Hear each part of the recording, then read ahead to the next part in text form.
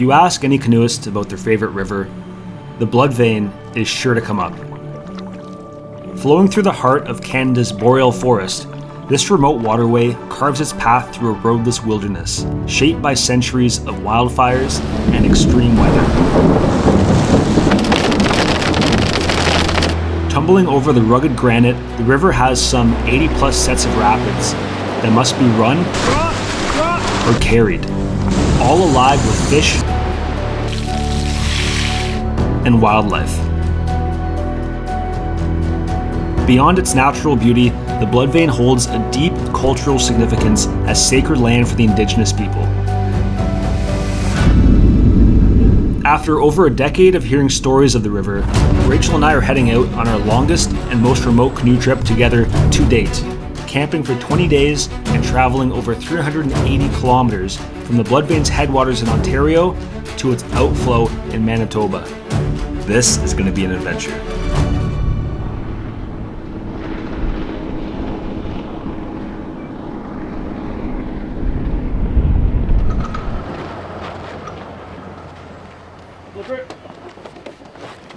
Later, dude. Thanks a lot for you guys. 100%, 100%. Thank you Later, Rachel. so Have much. fun.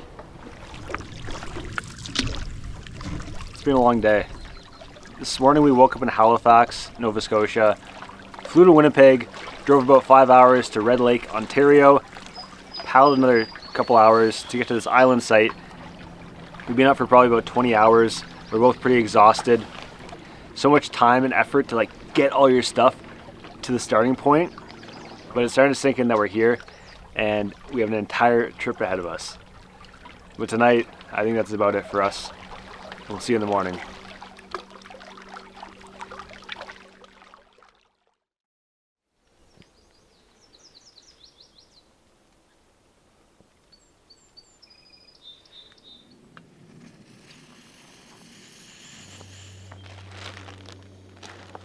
We're at the point of the trip where I don't know where anything is.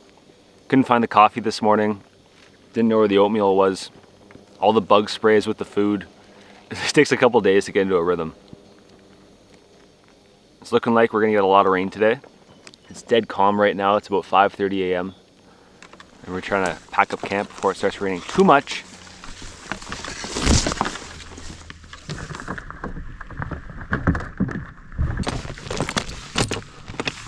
We're here and we want to go here. All right, Rachel, our first full day on the water. Get it.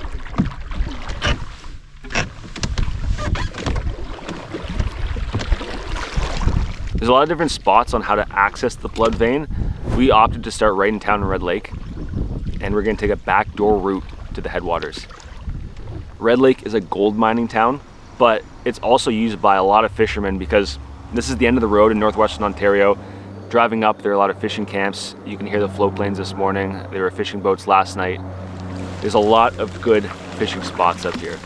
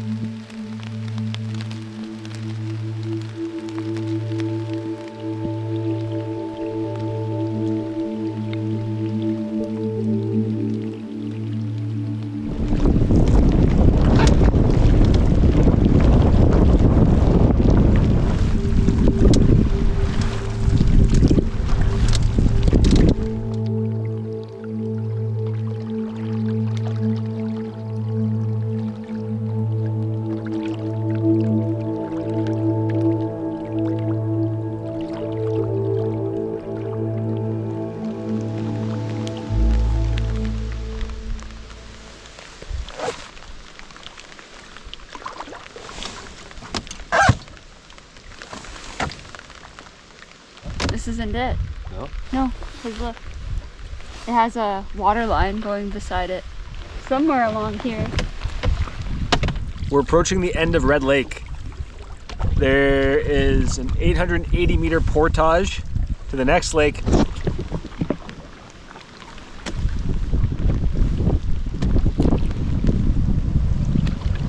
Like a multi-use path.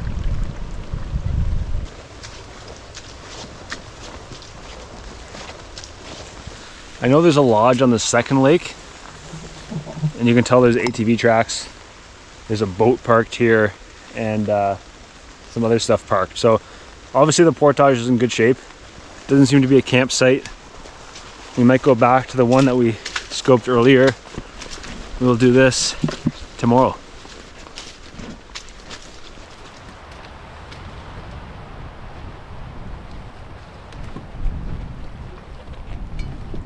We'll have to calculate the numbers, but we've probably done close to 30K for the day.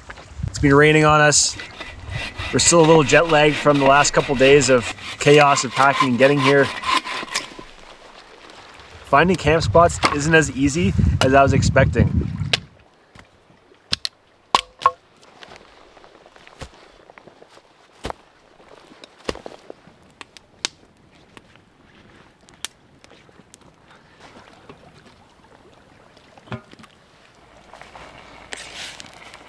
We're starting off the trip with our favorite dinner, bacon mushroom risotto, mixed in with Parmesan, and on top, of course, we got the bacon.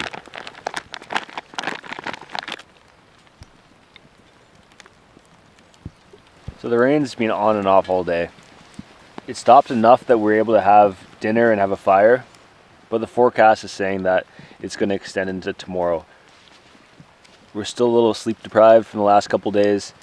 Rachel took a nap before dinner. It was a good day. We traveled the entire of Red Lake today. We're right at the end, going to do the portage to start the day tomorrow. And yeah, just a relaxing night tonight.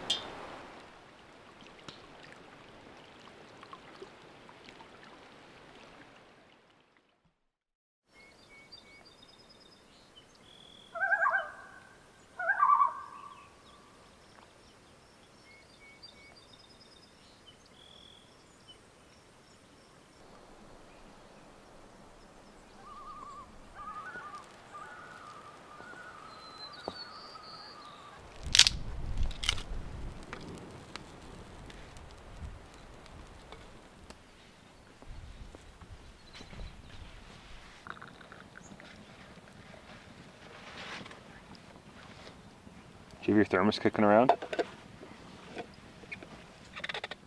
Looks like the rain's gonna die today.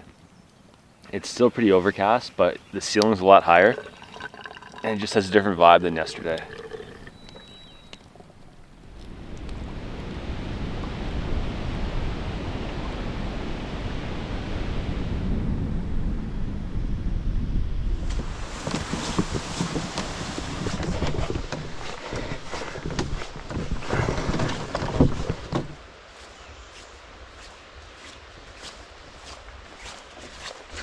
We're entering Woodland Caribou Provincial Park. In northwestern Ontario, there's 3 significant parks out here. There's Wabakimi, Quetico, and Woodland Caribou. I didn't realize it was on this portage that we could access it right outside of Red Lake. It's full of lakes. There's no development. It's true wilderness. And we're gonna see it firsthand right now. Woodland Caribou! First fish of the trip. It's a little one, whatever it is.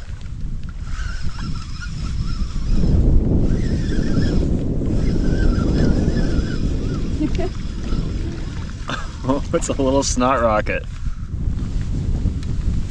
It's a pike.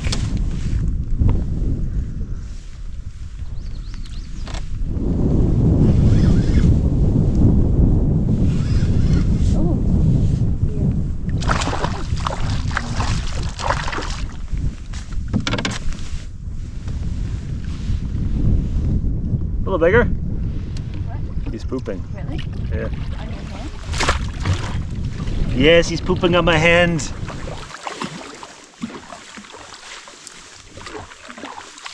We started this trip in Red Lake, Ontario, which is a gold mining town. This area in particular has some of the highest grade gold mineralization in all of Canada. I believe over 30 million ounces have been extracted from here.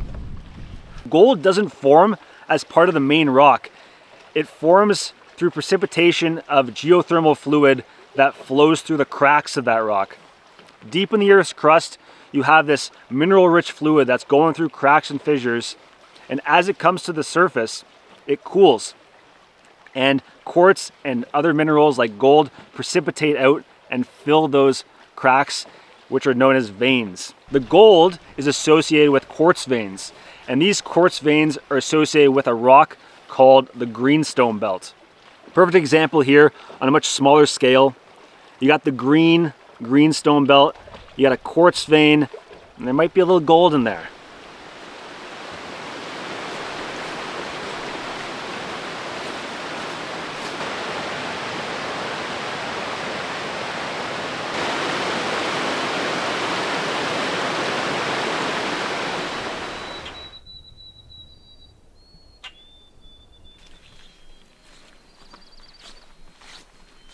We got to the next portage, and it's right in the middle of an old burn.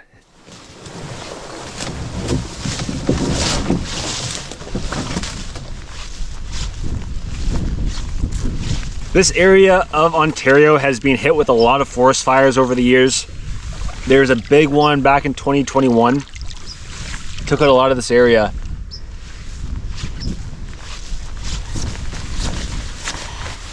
Traveling through this burn is just incredible. It's hard to believe that this used to be a lush forest. With that damage comes new life and new growth, new beginnings. In some ways,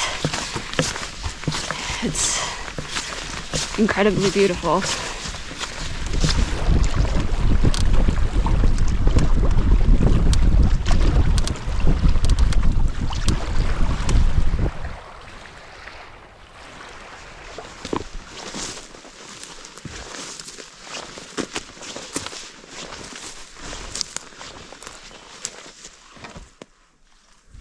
Having some trouble locating this portage.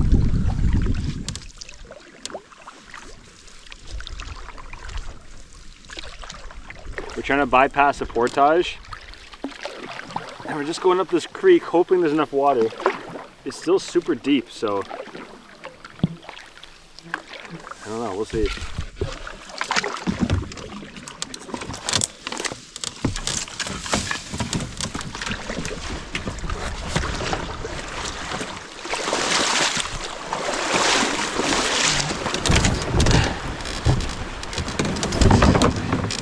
Push. I don't know. I don't like this.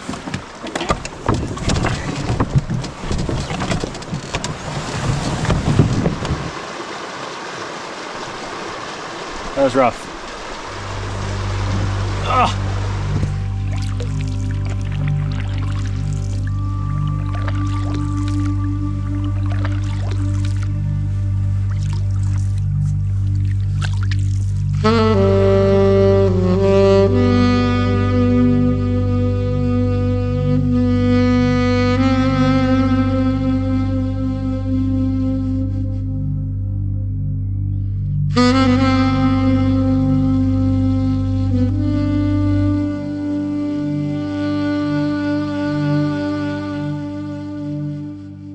Not much to say. Big day on the water, lots of portages, lots of paddling. Found this spot late in the day. We're in the total burnt out zone of this trip right now. Lots of dead trees, but it doesn't take away from the beauty. It's just different. And it's starting to feel like we're alone out here.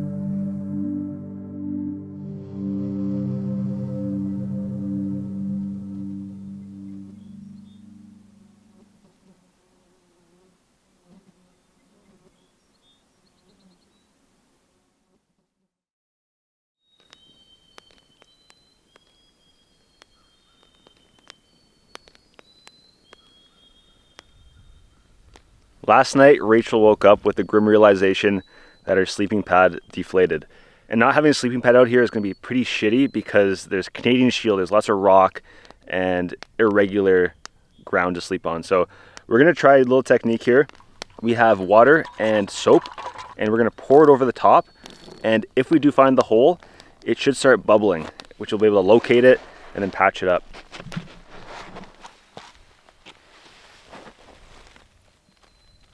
Like we'll probably put it around like this. Yeah, we gotta remember it's these two compared Yeah, to like... so it's 2. On these sorts of trips, we always bring a repair kit with us, and I always have some sort of sealant to fix pinhole leaks in air mattresses. I like to use AquaSeal. We are not sponsored by AquaSeal, but it's something we take on all our trips. It does take about 8 hours to dry though, so what we're gonna do is dab it on the leaks this morning and keep the mattress out all day.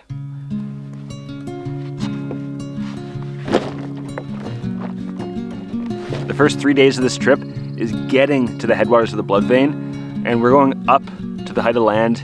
There's not much river here anyways, but we are doing a lot of portaging and pond hopping, and it seems like by the end of today, we should be in striking distance of Knox Lake, which I believe is the headwaters of the blood vein. We're starting today with back-to-back-to-back portages with about kilometer-long ponds in between.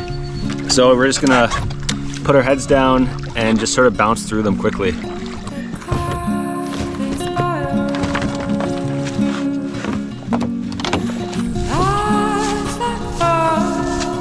1, 2, 3.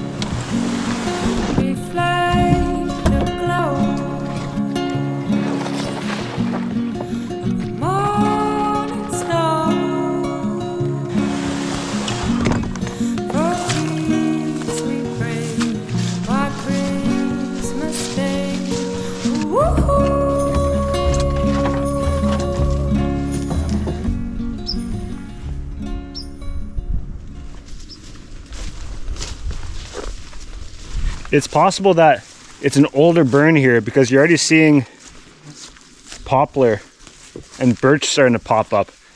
And those are the first trees that grow after a forest fire. They're shade intolerant species. Forest fires are a natural progression of forests.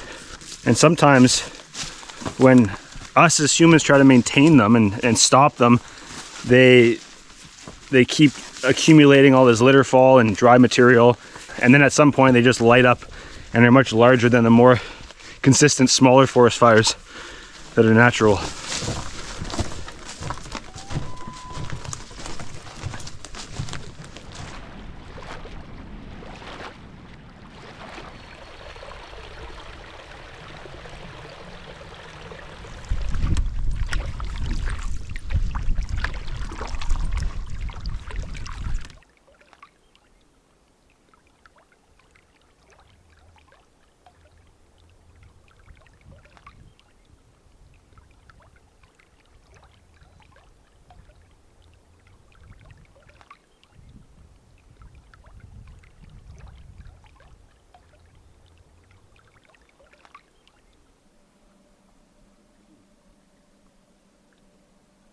We just spent the last hour paddling through a really intimate wetland, and I thought for sure we were going to see a moose.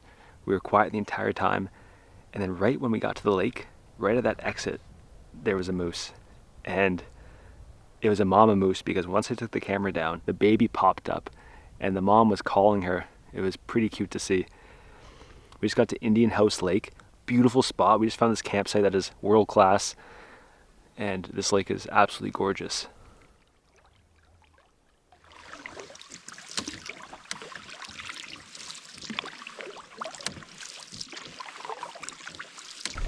Well, this lake is beautiful. I don't know if it's just the trees we're seeing, but it's just so spacious. Lots of islands with lots of rocky out points for camping. And we have the entire spot to ourselves. But this seems like the first proper lake in a long time.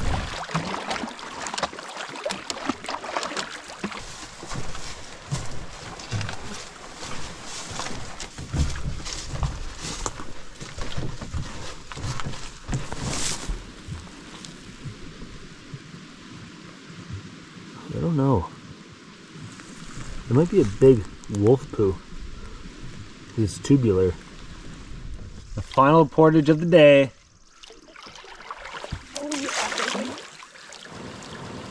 A little past 6, and we're doing our final portage of the day, a 400-meter one at that. But we're back in the non-burned forest, and these portages are in a lot better shape.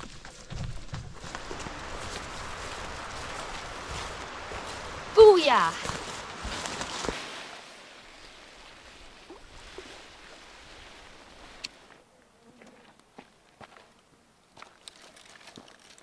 I'm gonna try something for dinner that I've never tried before. Saw the recipe online, pad thai. I got some rice noodles as well as a powdered mix with a bunch of different spices and powdered peanut butter. And then I'm gonna be adding canned chicken, tofu, bell pepper, and carrots that I dehydrated before the trip. Seasoning. I actually forget what this is. Peanut butter? There's peanut butter in there. I'm a little skeptic about the tofu. I don't know if it's going to rehydrate properly, but we'll see. This is an experiment.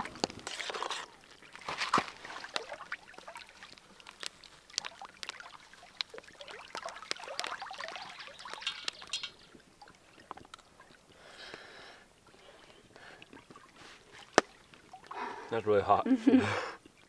That's hot and good. How are the flavors? It tastes creamy and limey. Good, okay. Yeah. Very limey.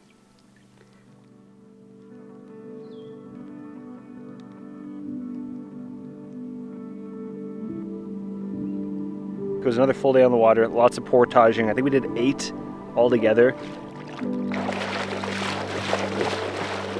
Big day, pretty content.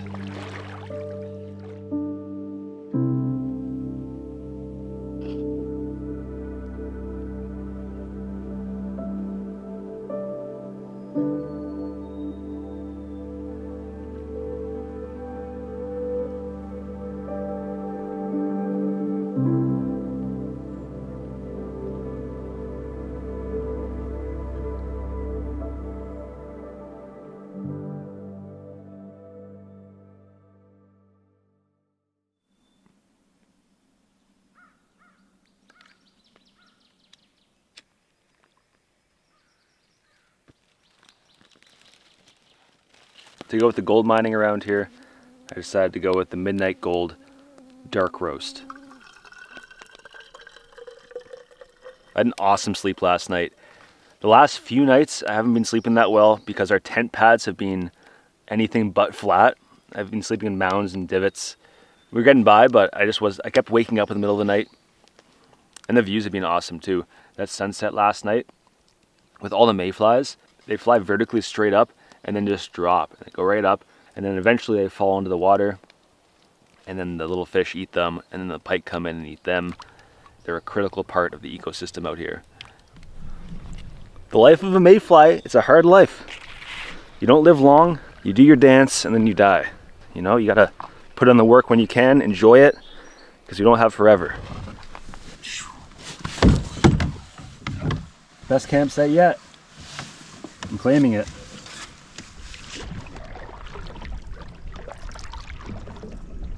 This morning we have a 1.6 kilometer portage to the headwaters of the Blood Vein River.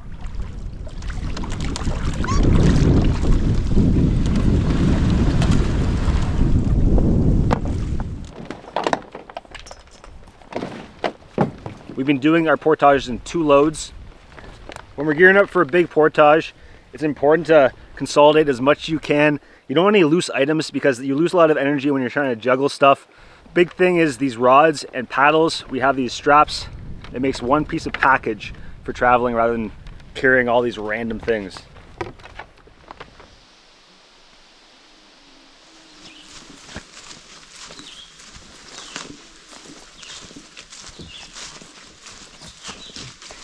Hey everyone, Rachel here.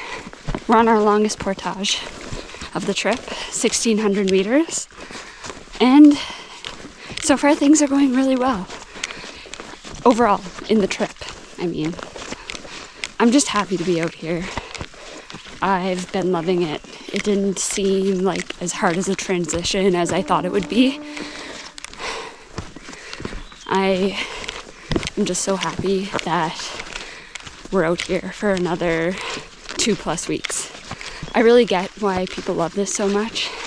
It's so special to experience this with Noah. I get to see a side of him that we don't see in our daily lives. He's truly in his element here, and honestly, I feel like I'm in mine too. So I'm pretty stoked on that.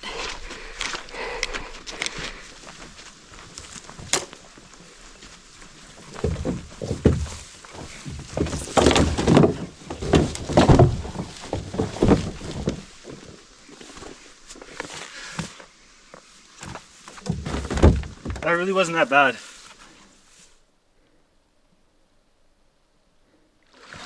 Before coming out on this trip, I bought Hap Wilson's book on rivers of Manitoba. He does a really good trip report of the blood vein, but he took in a different route than we did.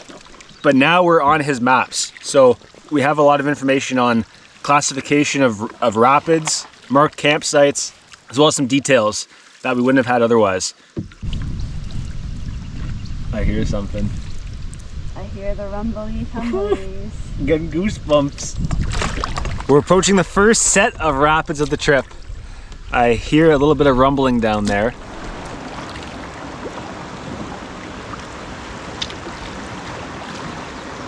Go forward. Alright.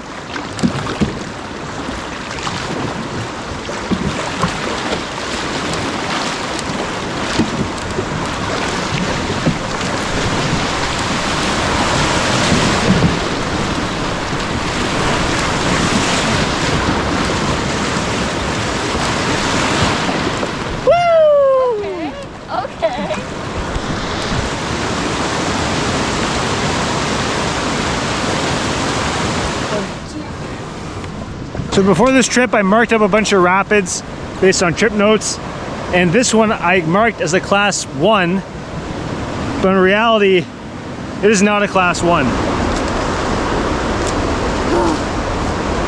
Not much of a portage trail left here. Looks like a lot of blowdowns.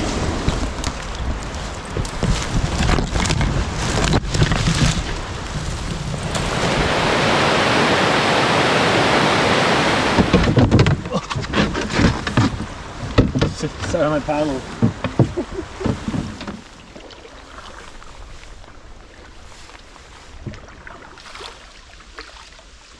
See its head.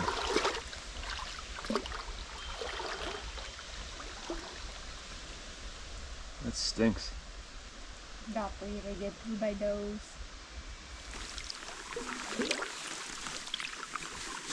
Been working hard on the portages, working about 10 hours a day to catch our flight at the end. We have to do about 21 kilometers a day. That's not including any rest days. So over the last few days, we've been doing about 25, 26K. So we're setting ourselves up very nicely for the blood vein, where we can be a little more leisurely if we find a good campsite or want to do a little more fishing.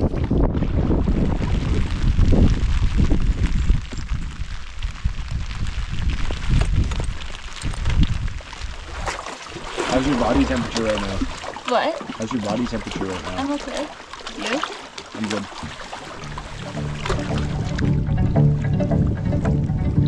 You can tell when it gets in there because it's Oh, boat. We are flying. We're cruising. We're gonna be in Lars Lake pretty soon. We have about 10 kilometers of lake paddling with a tailwind, so we rigged up the sail and we're cruising.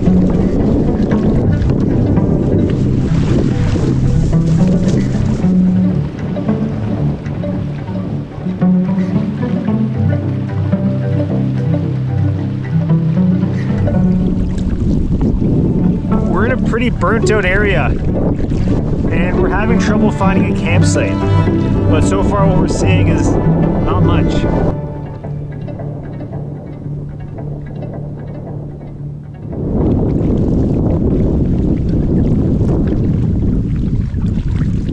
How's it looking up there? Where are you talking?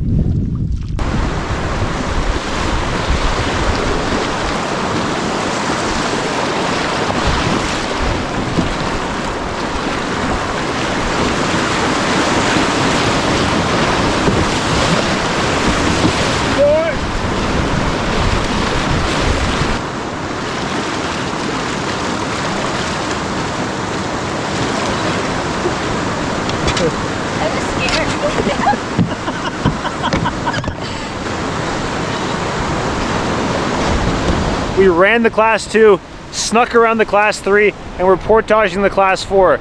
There's a campsite on the spit on the big lake behind us. We're gonna camp there for the night. Pushed her a little longer than we wanted to today. There's a storm on its way right now. Hopefully we can get to camp before it starts raining again.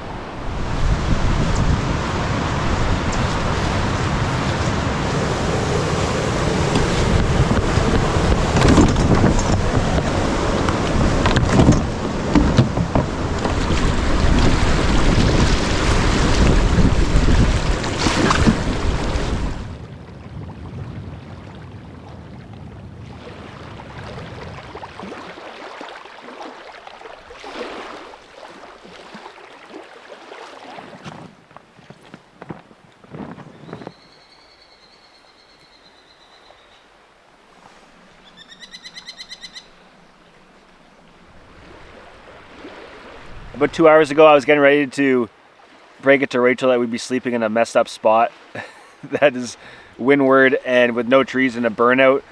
But we just kept going. We knew this spit had a campsite marked, but we didn't know there was trees here. It turned out to be an awesome spot. It's leeward. There's a tent pad in there. There's a fire area. It's a perfect spot. And it just took us 11 hours to get here. Tonight for dinner, we're doing Moonlit Mountain freeze-dried foods. We had this last year. The owner, Laura, was kind enough to send us some sample packs. Tonight we have lamb stew, one of our favorites. It's a little cold tonight as well, so a stew's gonna hit pretty nicely. It's about 8 o'clock. Rain is imminent. We're just happy to be here.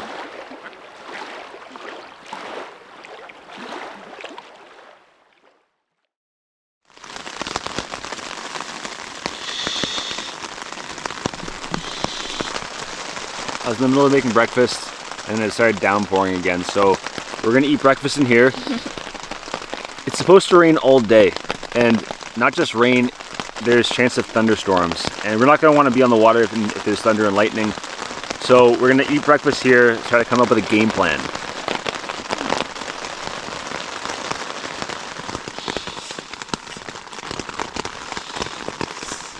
Preparing my sleeping pad once again.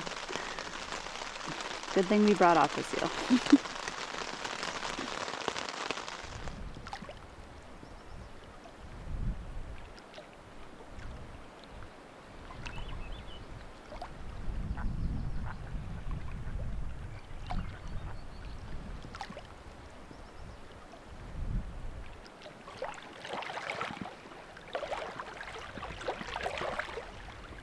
Looking at the weather and potential campsites, there's one spot we can camp about 10 kilometers down the lake, but after that there's another 14 or so K until the next campsite.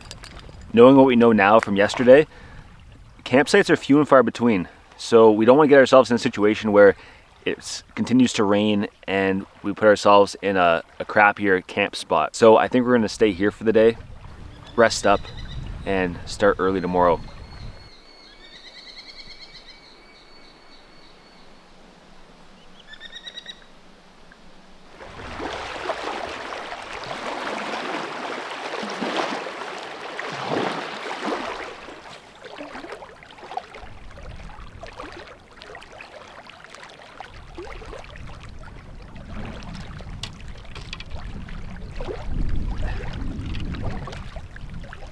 Going for pickerel.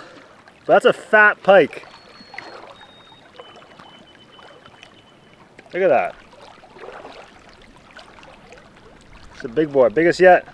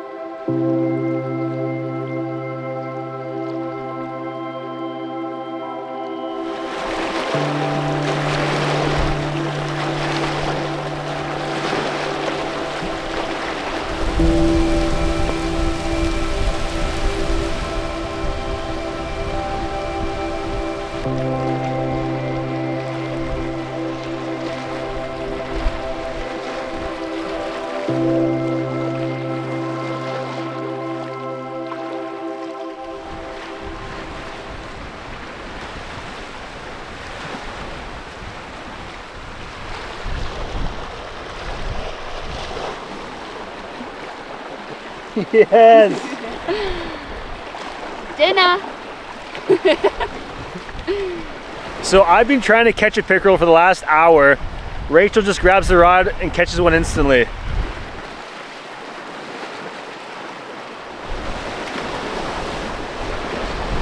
Yeah! So big fish night thanks to Rachel. We're gonna be doing one of my favorites that I haven't done in a long time. Fish crisp, mashed potatoes, and gravy. We have 2 pickerel, and also we accidentally killed a small pike. So 1 pike in there, 2 pickerel. It's gonna be a feast. To a rest day, to getting over the big portage day yesterday, and to being at the headwaters of the Blood Vein River.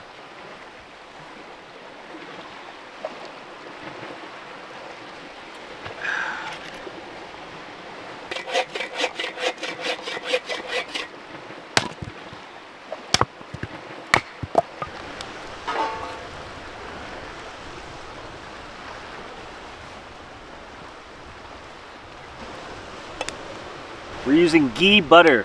It's because there's a high smoke point.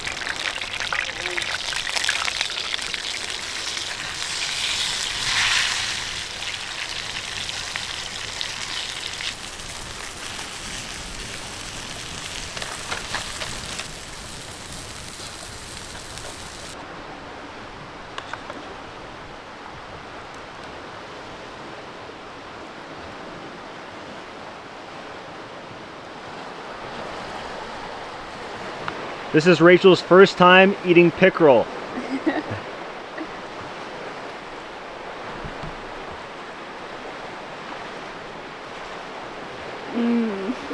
So good. Is it good?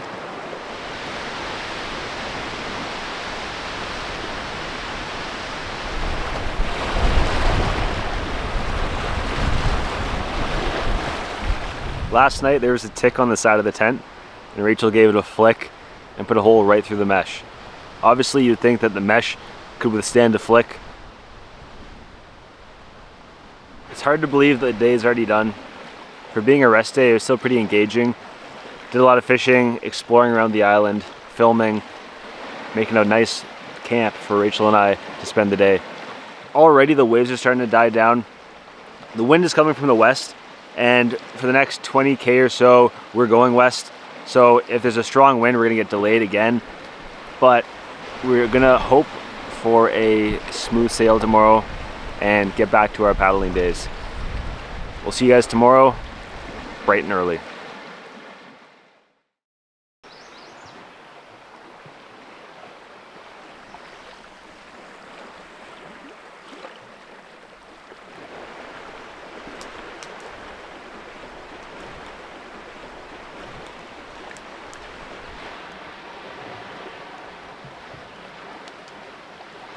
Well, the wind's died down a bit.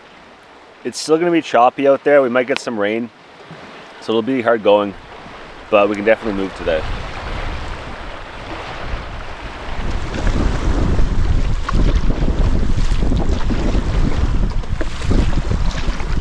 Manageable. Yeah.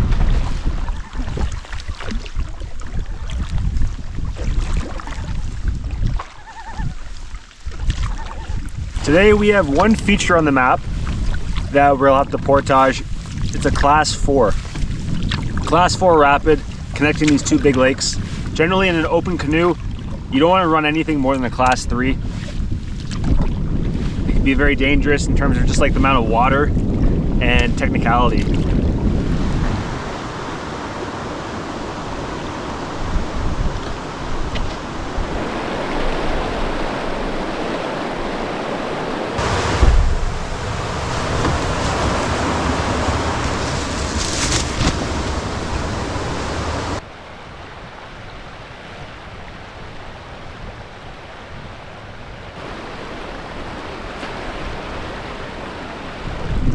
Coming on lunchtime, and it's been consistently raining all morning. Not too hard, just a consistent light rain. And that's pretty typical for after a thunderstorm. A big cold front system coming through.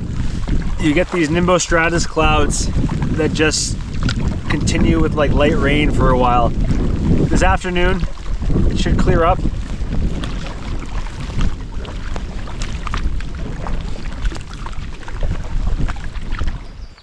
What? What did you say? It's so gloppy. Oh, it's like that clay that like you can sink into. You sell so much. Yeah? Why don't you be a little more generous? Because you told me to ration. Well, we've gone like we've used 1/10 and we're a third done the trip. Have you been enjoying your sandwiches? Yeah, but I would enjoy it more with more There you peanut go. butter.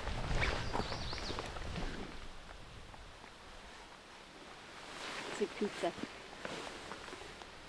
Cheers. Cheers.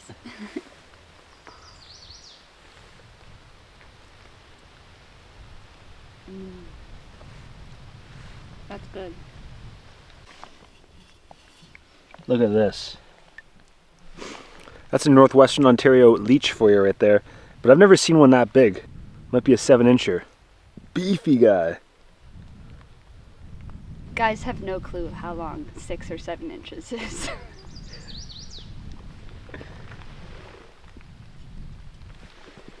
Ah! Where'd it go? Where'd it go? Where'd it go?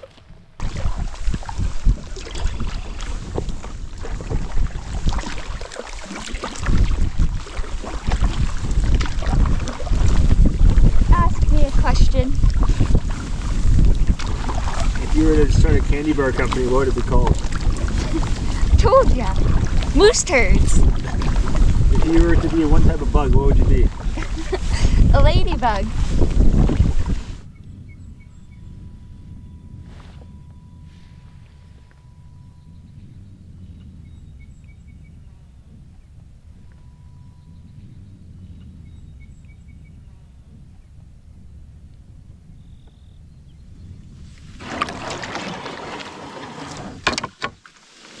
Nice. Let's see what we're working with here.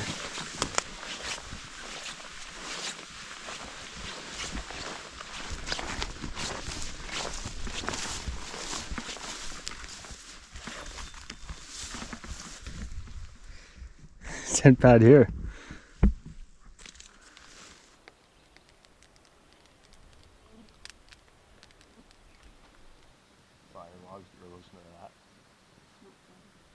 We had some trouble finding a campsite tonight. The one that we were gunning for that was marked was in a burnt out area and it's pretty exposed. The next one being another 10K away. So we opted for a makeshift camp on the side of this rock here. There are a lot of ticks. Other than that, we have a tent pad, a fire to ward off the black flies. The rain has stopped. The wind has totally died down and we're getting some sunshine coming through the trees. So, cross my fingers that the bad weather's behind us for the next little bit anyways. Another fish jumped out there. I don't know what fish are jumping, but they don't want the spoon and they don't want the jig. I feel like they're smaller than that thing.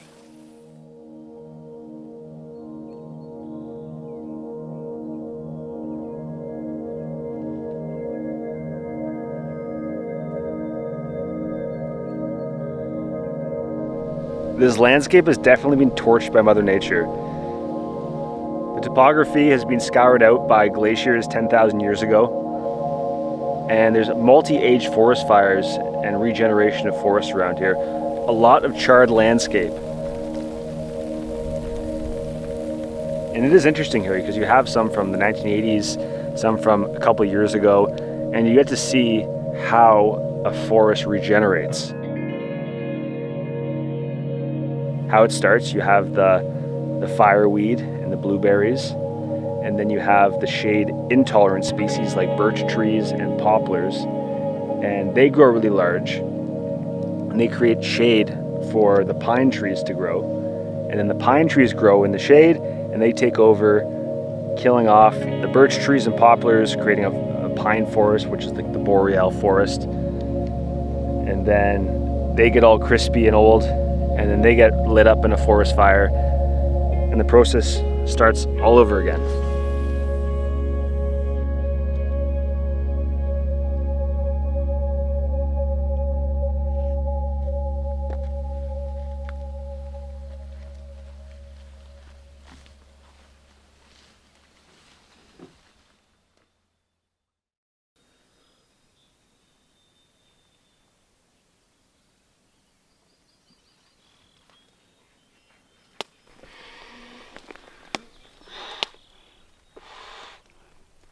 Rachel's mattress saga continues. Every couple hours she's waking up in the middle of the night having to re-blow up her sleeping pad. It's like a continuous issue with these buttons. One of them starts leaking, we patch it. Another one starts leaking, we patch it. And it's a bit unfortunate for Rachel sleeping.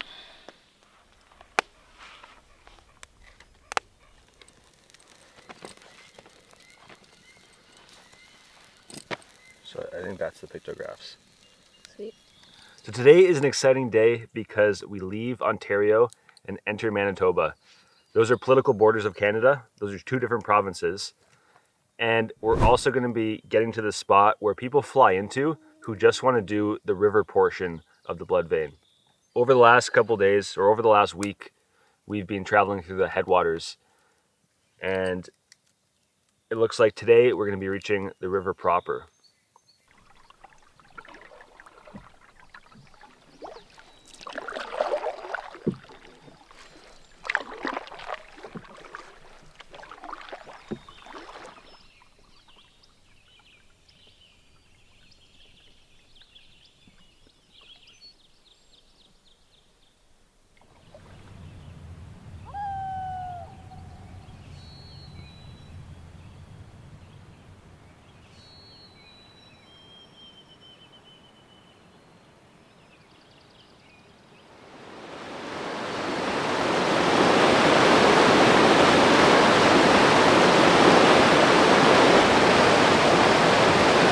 We scouted the rapid. It looks like a pretty straightforward chute, but it shoots right into a bit of an eddy that is full of deadfall.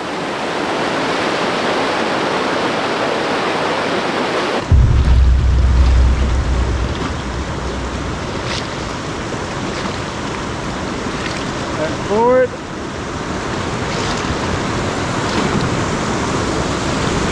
Draw. Back pedal. Forward, forward, forward, forward, forward.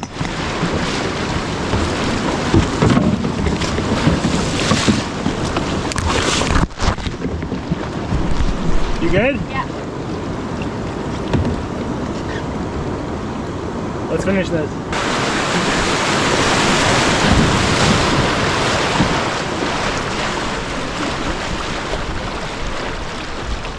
All right, we're good.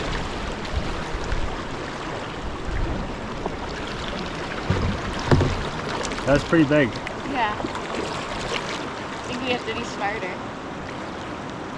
There's a rock there. Yeah. And then we fill it with water and it's hard to get that angle out of there. There was a rock, eh? Yeah. Yeah.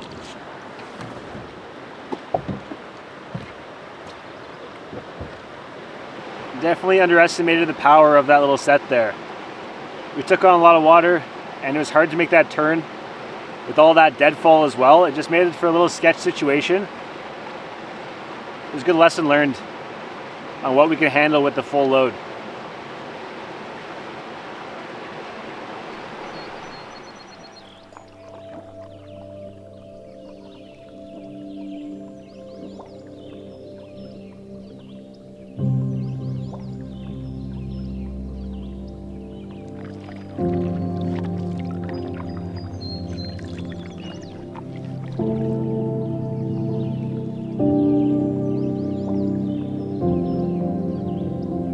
One of the reasons we picked this river to paddle is the rich indigenous history that's here. The Blood Vein River has one of the largest collections of pictographs in all of Canada. A pictograph is ancient indigenous drawings that are on rock walls. Some of them date back thousands of years. Before this trip, I wasn't really sure if I could document it because I didn't know how sensitive that topic was. But after a little more research and talking to a few different people, it's culturally appropriate to present an offering before viewing or documenting a pictograph. And an offering can be anything of value. So typically that's tobacco. So that's what Rachel and I did before coming through this channel where we knew we'd see a few. The rock wall we're at right now is one of the more beautiful ones I've ever seen. And that's because of the amount of pictographs here. I'm not an expert. I don't know why pictographs were painted on walls, but generally, there's a lot of drawings of animals and people.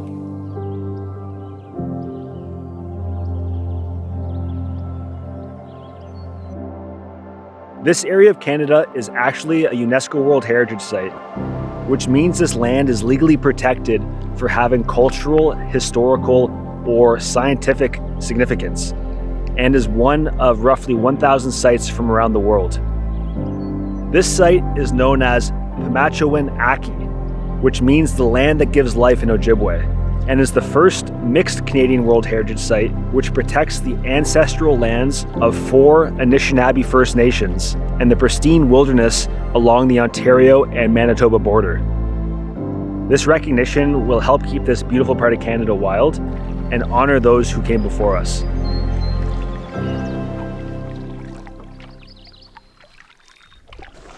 All right, guys, we are officially leaving Ontario and Woodland Caribou Park and heading into Manitoba, into Adikaki Provincial Park.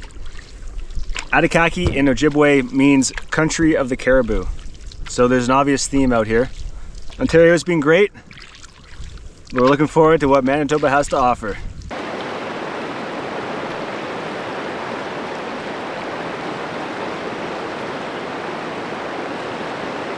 Hard. We're going right over here. Forward, hard. Yeah, you got it. Nice.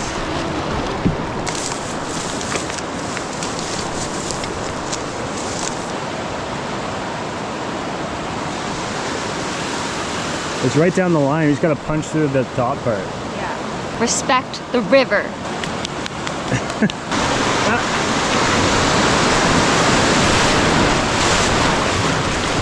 Nice. You ready for the eddy?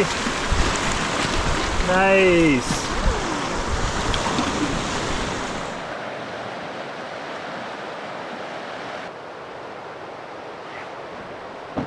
We just got to our nicest campsite yet on this trip. Beautiful spot beside the rapids. So much room for activities. All this bedrock. There's probably a couple of fish in there. This is nice. This is the nicest yet. I think the first thing I gotta do though is take a cast.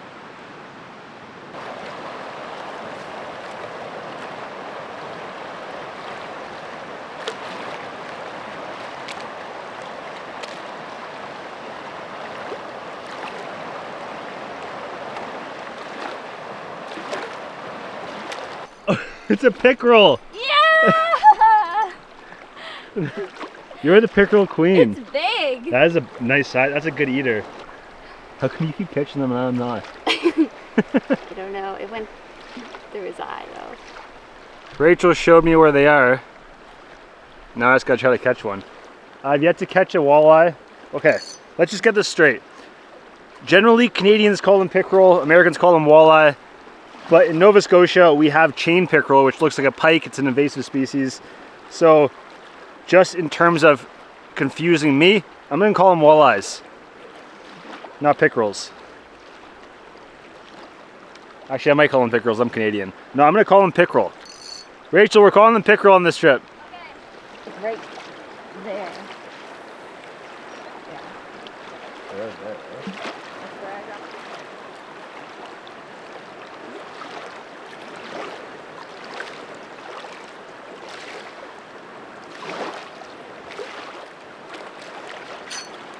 Okay, let's go.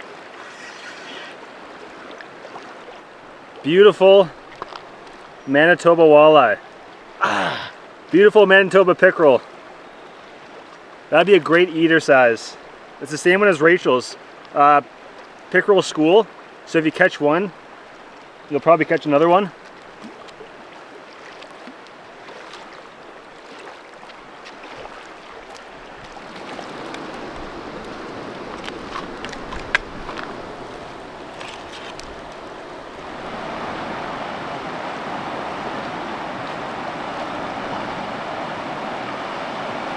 There was flirting with thunderstorms today. Some of the clouds are stacking into cumulonimbus. Nothing too frightening, and I think this is all gonna pass for tomorrow. But we're going to bed. I'm exhausted. It's been a long day. We had some trials on the whitewater today. It's funny, this right here is considered a class 2, and then the one earlier today was a class 1, which seemed a lot more technical than this. So there's a lot of class 1s and class 2s on this river, and we don't know what to expect. Are they gonna be easy? Are they gonna be non-class 1 and 2s? There's a lot of rapids. So we're in it now. We're in the blood vein proper. We're in Manitoba, Adikaki Provincial Park. It's all downhill from here. We'll see you guys tomorrow.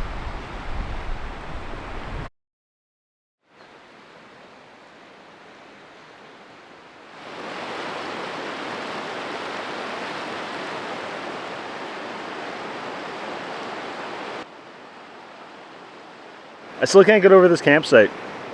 This has been the best yet. We're on this big piece of Canadian shield, and Canadian shield is just a fancy way to say exposed continental crust. It's that central rock in Canada that's widespread, that's 2 to 3 billion years old. It's known to be very smoothed out and rounded, and that's from millions of years of erosion and from glaciers scraping across it and just general weathering, which causes exfoliation. But it makes for awesome camping and that iconic Canadian landscape. So we're camping here. We crossed the border yesterday, and today we're going through a lot of cool river with some rapids and waterfalls. It's gonna be a good day.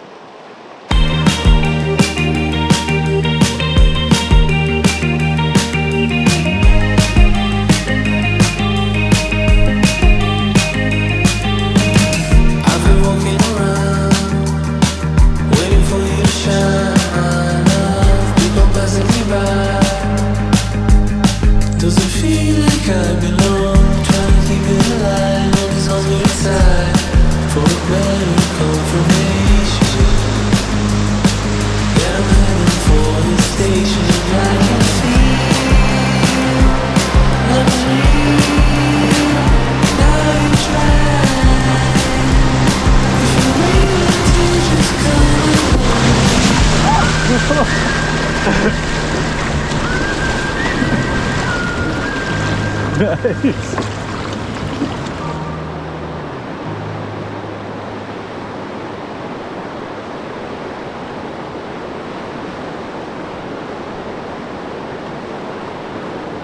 Oh, a pike just came up after it. No way. Oh, he's right there. The pike's right there. Oh. Wow. Oh my gosh.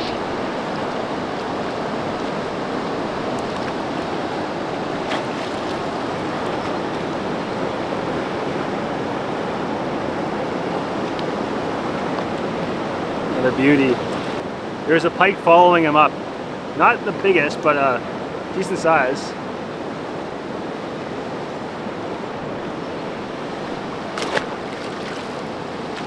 See if we can get the pike quickly.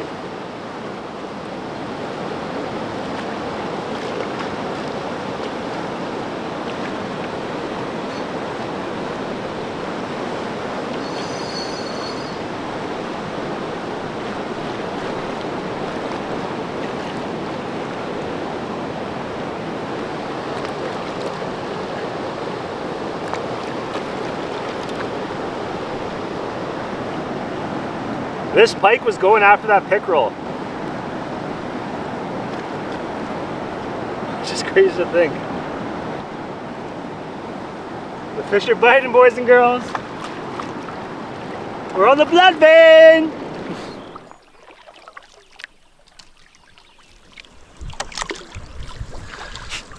Last night we were going over Hap Wilson's notes on the rapids, and it turns out the first rapid that we ran, he marked as do not run, and the second rapid he marked as a shelf with no classification.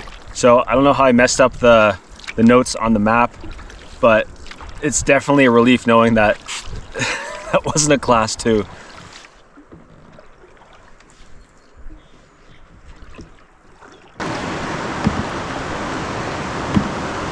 See where these rocks are like 20 feet ahead of us?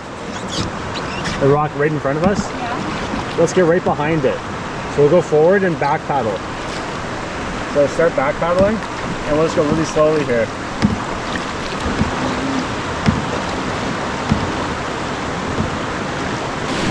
Forward again.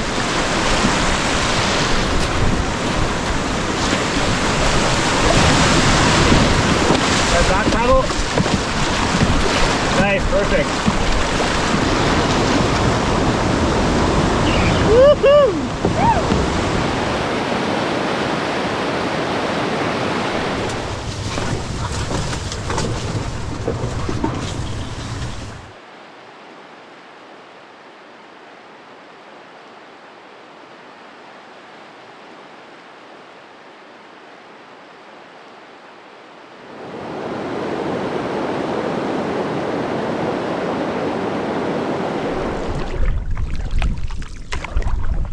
There's a waterfall that enters Bushy Lake called Nutcracker Falls. And the waterfall that leaves the lake is called Brews Easy Falls.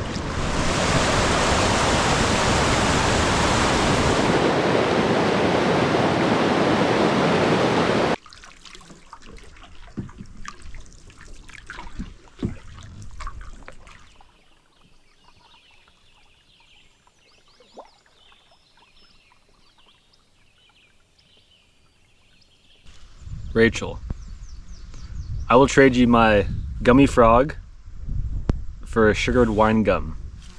I have one red sugared wine gum. Let's make the trade.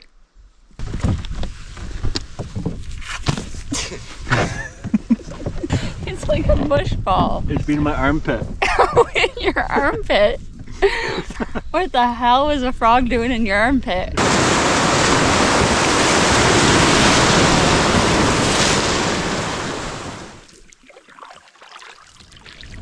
We're approaching the end of our paddling day at this narrowing that has 3 features. A class 5 a waterfall, then a class 3. Each of them having a campsite. So we're gonna have options here, but we're definitely gonna be camping somewhere in the vicinity.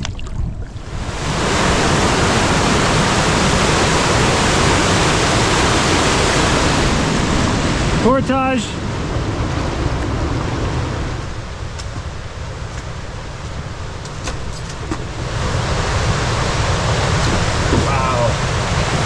That's a waterfall.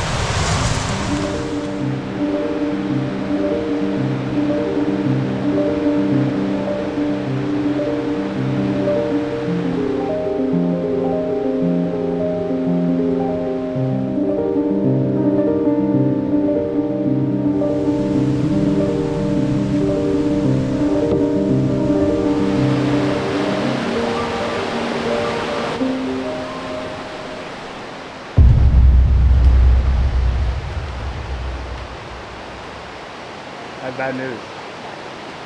I lost a big pot. What do you mean? I just did something pretty foolish. I was filling up water with the pot in the current, and I dunked the pot, and I didn't realize the current was that strong, and it pulled it into the rapids, and it is gone forever. Luckily we have 2 pots. That sucks because it was good to have multiple boiling water pots. I've had that pot for a long time. I'm sorry.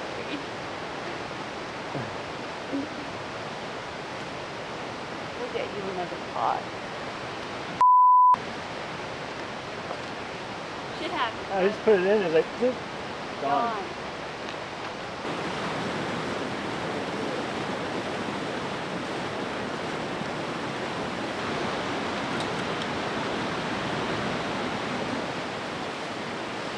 Well, that wraps up another day. Incredible scenery today. The amount of waterfalls, rapids, and high cliffs in this stretch of river is spectacular. At the end of the day, I lost the big pot, which is sort of devastating, and I'm also having issues with my solar panel. I'm not able to get a charge. So that's kind of a bummer, but there's also the high of being in this waterfall vista campsite. Yep. I thought there was a leech on me. Oh my God. So you got your highs and lows. That's part of the trip. That's part of life. We'll see you guys tomorrow.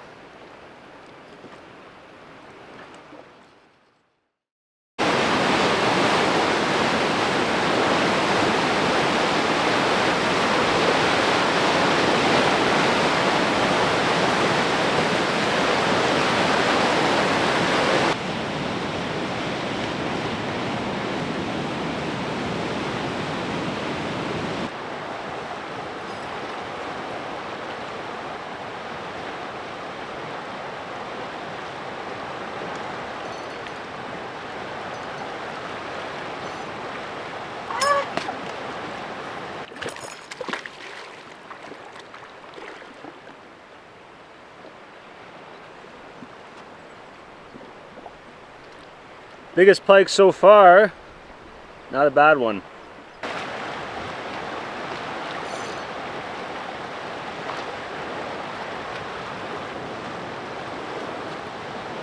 Got his twin.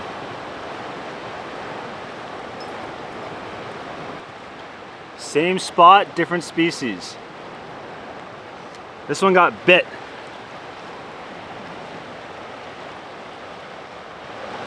You can see something went for his face there.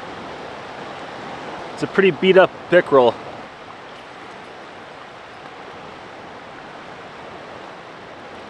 Cleaning up this morning. Look at that guy.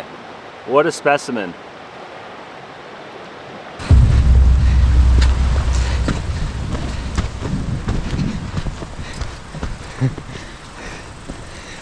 So the same spot that I lost the pot last night, Rachel was cleaning her shoes and her shoes went down the rapids.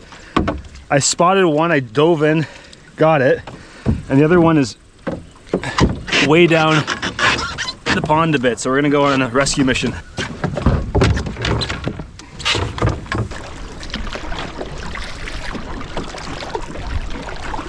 I looked away for 1 second, looked back, shoes were gone, looked down the rapid, and there they were just floating away.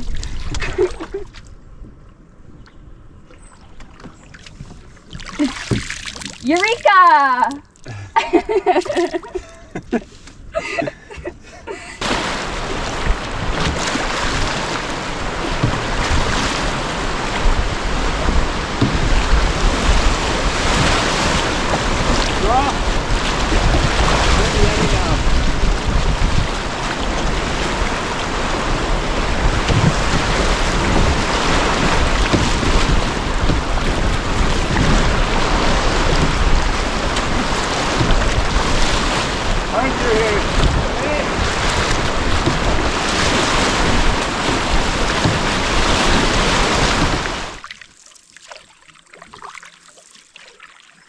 So the name Blood Vein, for the Blood Vein River, there's different interpretations on where that name came from.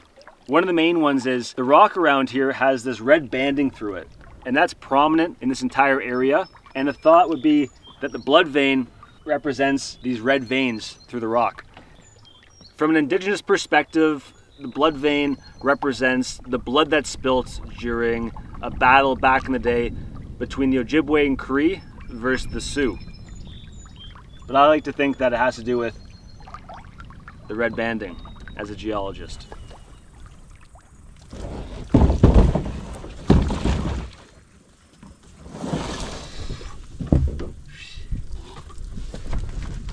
Bit of a big climb around this class 4. We're going up and over a burnt out cliff.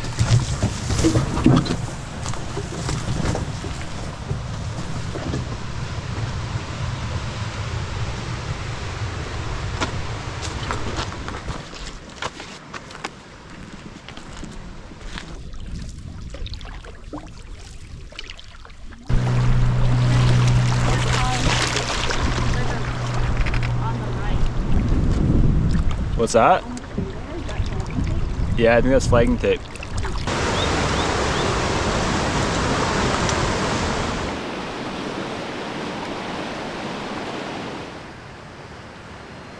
We're having lunch on this island that's surrounded by rushing water. A really cool spot. In the distance, I'm starting to see cloud stack. This is typical for a cold front. When cold air overtakes warm air, it pushes that warm air up and it pulls those clouds up with it. And this type of system is conducive to thunder and lightning. And the cloud is called a cumulonimbus cloud. Over the last couple hours, I've been seeing these clouds develop. And I just heard some thunder as well. So there's a good chance we might get some weather this afternoon.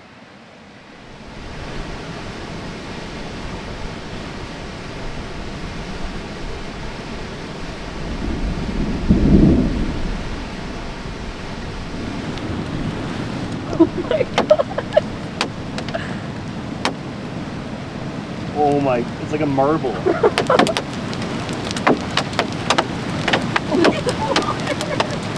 Oh, it's gonna come. Are you kidding me?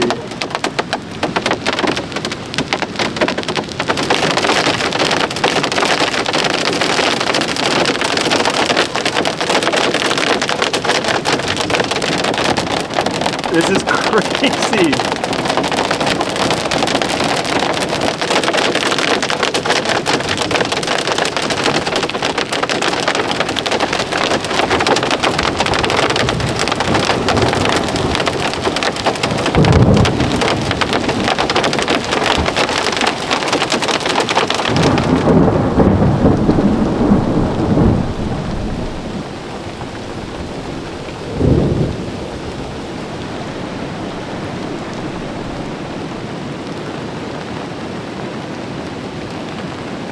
calming down. But like, what the hail? I've never seen anything like that, let alone be under a canoe for it. I'm pretty scared of thunder and lightning, so that was quite the experience. Rich, what was the hail like?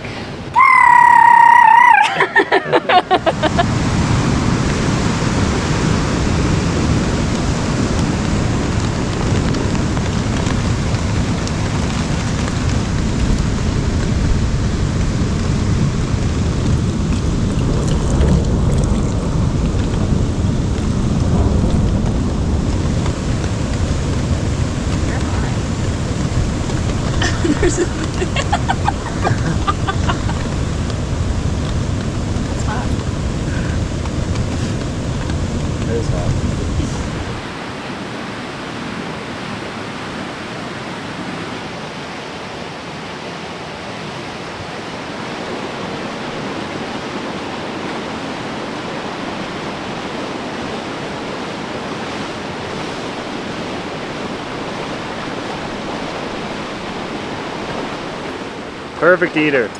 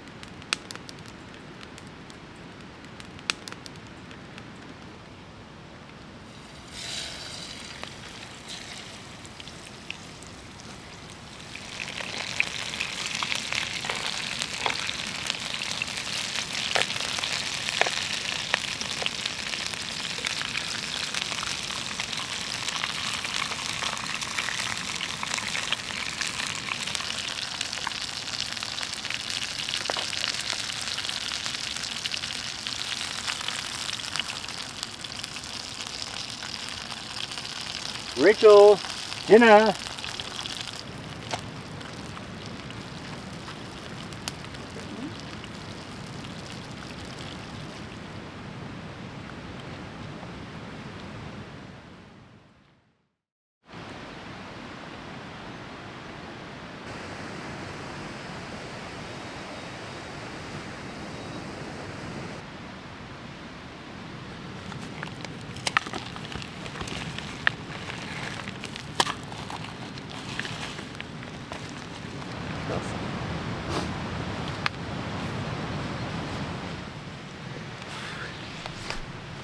We opted to have our coffee in the tent this morning.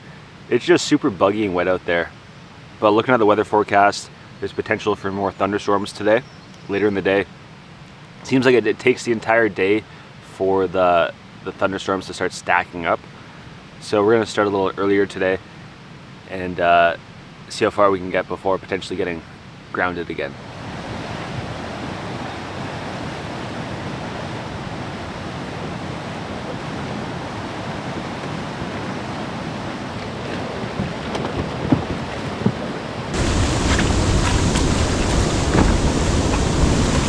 Good job.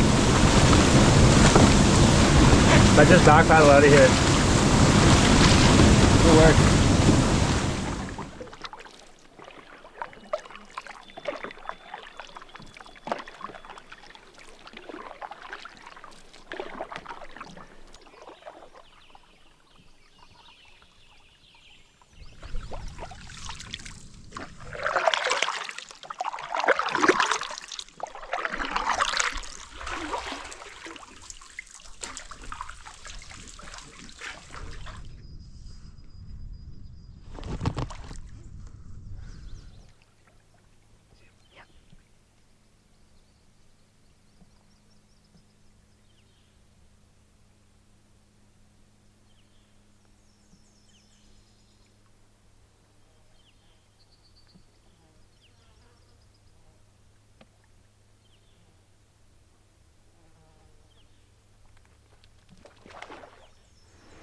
We pulled up to the first portage of the day around a waterfall.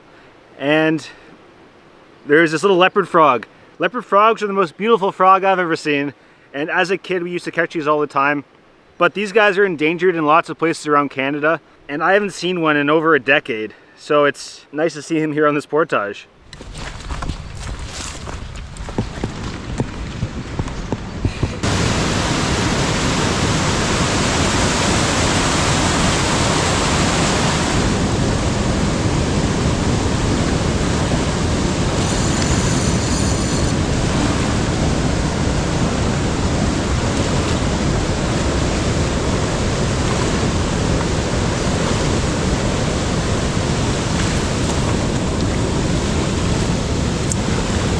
Little piker, let's go!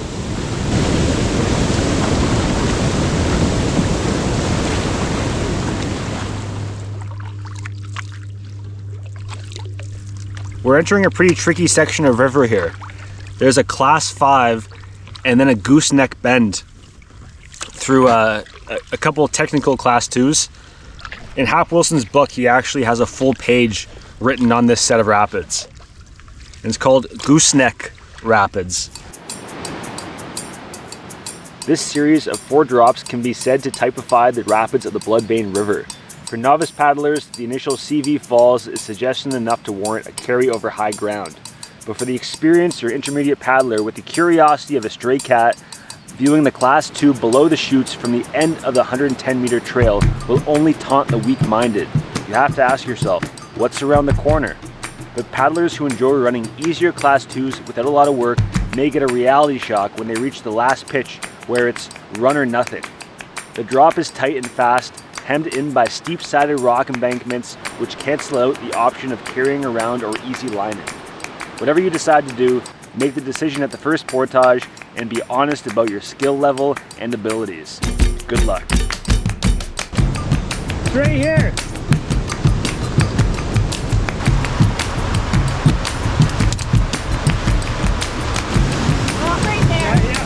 We're gonna go backwards.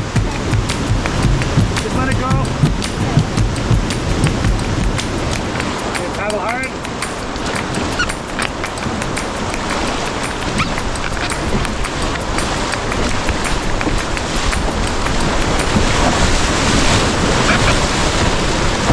Drop.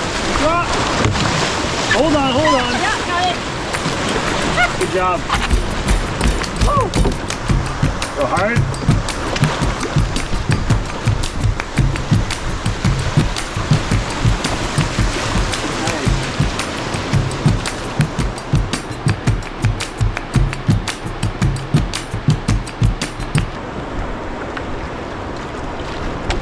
You want to do it? Do you want to scout it, or? I think we do it. I feel like you're not. This is you trying to flip me in the boat. No, don't feel that way. Big wave. Yeah, the big wave is on the right. If we swim to the left, we'll have a better chance. It's going to be a tough hit though. When we go into it, the boat's going to go like this. So you're going to have to like dig in to the right. If something goes wrong, it's going to be hard to get the boat. It won't be that hard. I can swim out with it. I've done it before. What? Let's do it. I'm not super stoked on it.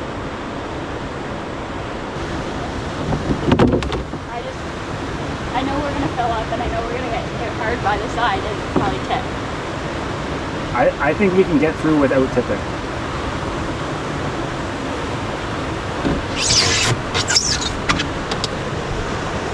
It's really not that bad, Rach. I'm telling you.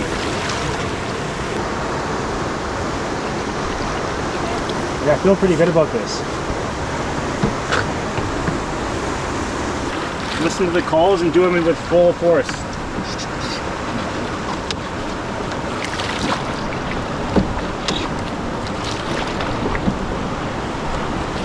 How strong?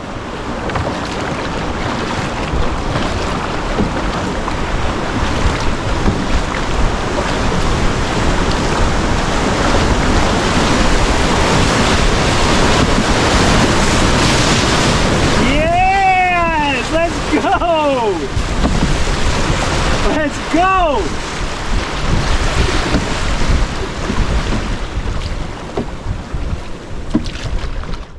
We sort of danced along the side like that turbulent water.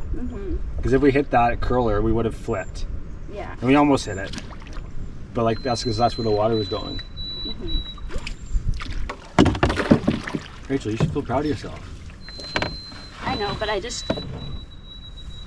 felt pressured. Yeah. Yeah. I knew we had it. I know.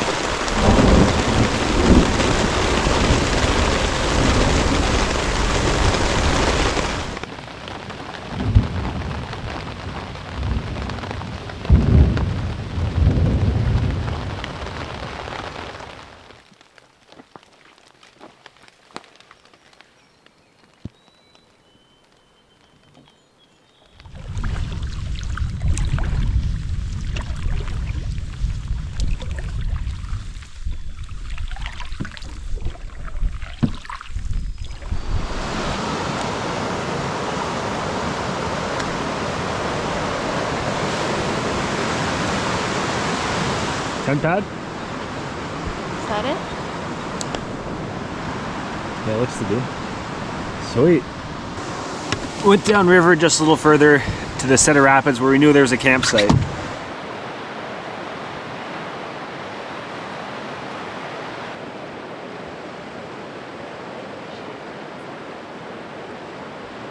It's that time to add a new page to the map. On this trip, we need to average about 20K a day to finish on time. Gooseneck Rapids is right here. We got stuck in a storm right around here, and we ended up paddling to this Class 2 campsite here. We're on map 9 of 13 tomorrow. Oh man, a lot of stuff going on here. We have a lot of fun ahead of us.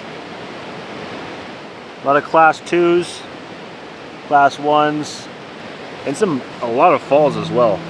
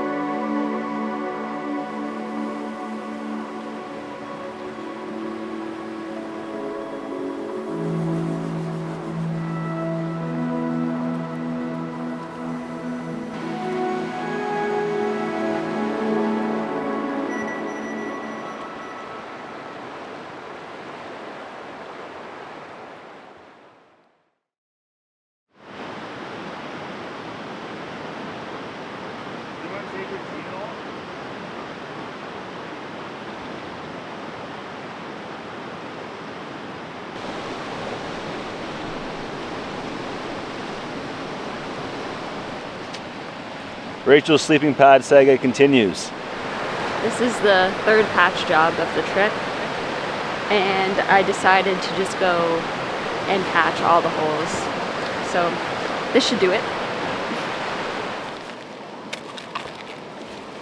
For breakfast on this trip, every morning we've been eating bushwhackers oats. This has been refined over the last 10 years to come up with this bowl we have today. I started with a half cup of oats, a quarter cup of granola, a third cup of a nut like a cashew, a third cup of a fruit like a date, a scoop of casein protein powder for a slow release protein throughout the day, coconut milk powder, and then sometimes I add athletic greens to increase the nutrients because we're not getting a lot of nutrients out here. And this is enough to keep me energized all day out on the river. Rachel has a modified version because it is a lot to handle. It's about 1.5 pounds of breakfast, but it's about 1,000 calories. And you want to get those calories out here because you're burning a lot throughout the day.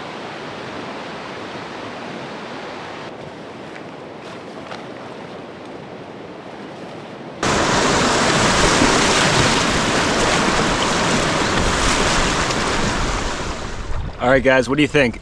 Is it possible to get thunderstorms 3 days in a row? Oh yeah.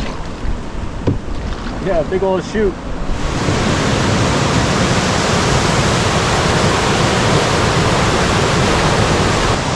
Looks pretty rowdy. I'd give ourselves a 50-50 chance of getting out of there clean. So we're gonna portage.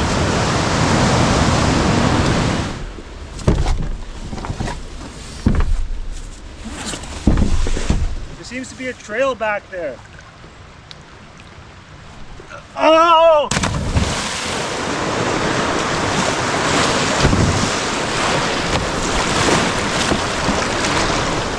We found on the river so far, a lot of the rapids are drops and pools, which makes it ideal for traveling both up and down. Back in the 18th century, this route was actually used for fur trading between the Albany River and the English River. And the fur traders would have gone both up and down the blood vein.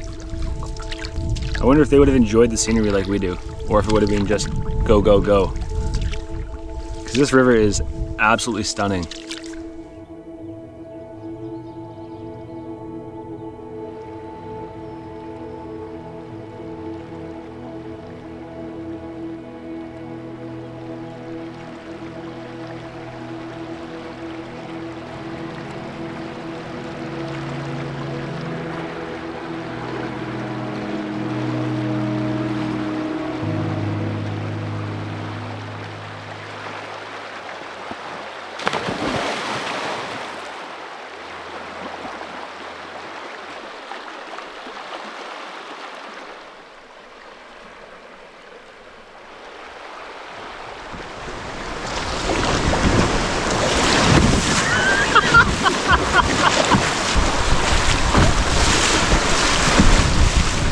Rachel spotted a cabin from across the way. I'm just gonna go check it out.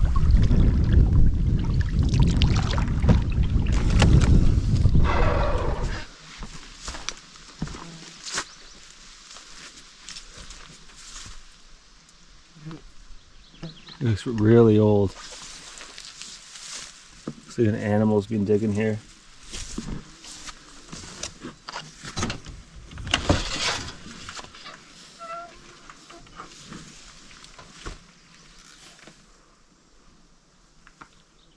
Smells like mothballs. Bit of a mess. Looks like this was someone's old trapping cabin. Yeah.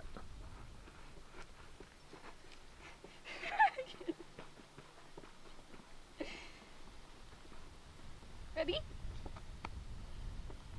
I don't know if I can do it. I'm sorry.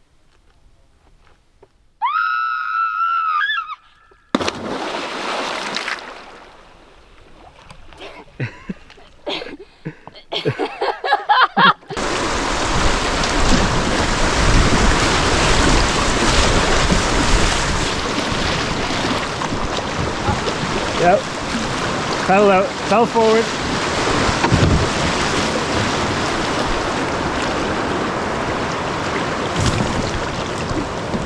Yeah. It's because like it wants to be a V, but there's this rock here. Lean down river.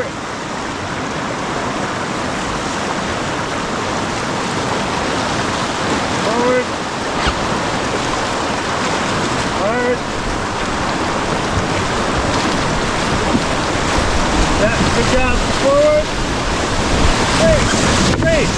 toss him forward. Awesome work. Good job. Ooh, that was exciting. Yeah, that was exciting.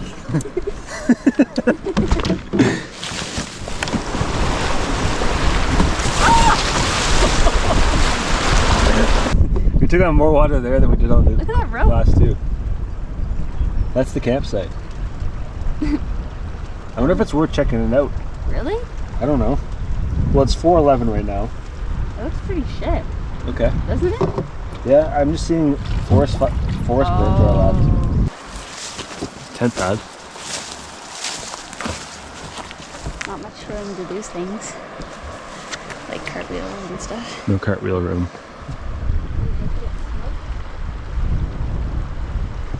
Those clouds look a little dreary. Might pass us.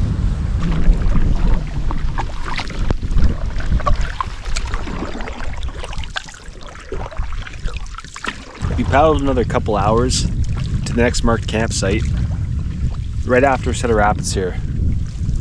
Our gamble paid off. We're back in the forest. That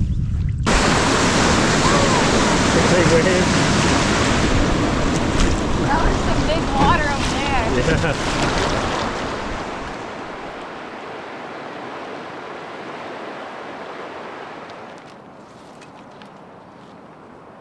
We got to a campsite that hasn't been used for a while, so I'm just cleaning up the kitchen area a bit so we don't light up the forest. Rachel's putting the tent up. We're gonna get dinner on the go pretty soon.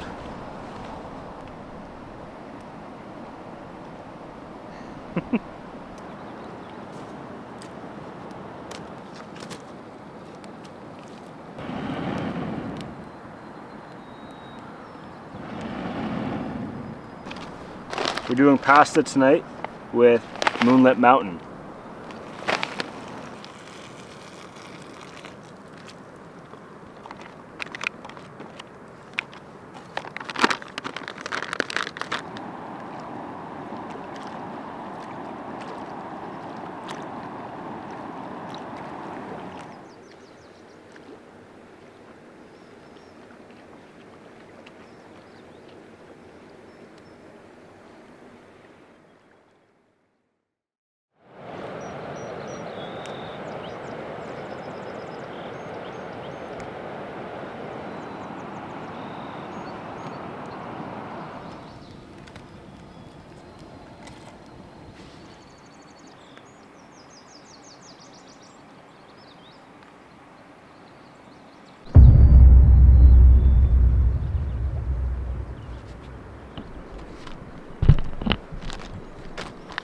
So we opened up a bag of oats. They were at the bottom of the bear barrel. So it happened to be all of Rachel's oats. And a lot of the bags are saturated. Yeah, it's saturated. We had a bug spray leak in the bear barrel about a week ago. And we're not sure if this is from the bug spray. It does have a weird taste to it. It's bug spray. Gotta lick the package. Seems like, in fact, this is bug spray. 6 of Rachel's breakfasts are infused with bug spray. Couldn't find the coffee this morning. Didn't know where the oatmeal was. All the bug sprays with the food. All the bug sprays with the food. Bug spray has Deet in it, and we're pretty sure you can't be eating Deet. So we're gonna have to split up my breakfast and maybe add some granola bars to it to sort of supplement that extra calories. But this is the first time this technique with the lunch bag has failed. Lesson learned here. Might be about a 2-pound loss in body weight lesson. I don't have much to lose. Rachel has a lot less to lose than I do. Okay, so let's... Noah's like, oh my god, rationing! I'm so excited!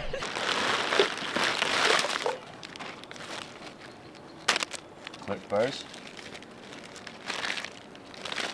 Teddy grand? I don't know, do we have to go that deep? Day 13. 13, 14, 15, 16, 17, 18, 19. So 7 mornings. So what we're gonna do eat the next 2 mornings like we would normally, because Rachel still has 2 more of her breakfast, I still have 2 more of mine. And then we're gonna split up the rest of mine and supplement it with granola bars, Cliff bars, and fruit to goes. We haven't done the hard math yet, but if we run out of that, we have some Mr. Noodles and peanut butter we can have for breakfast.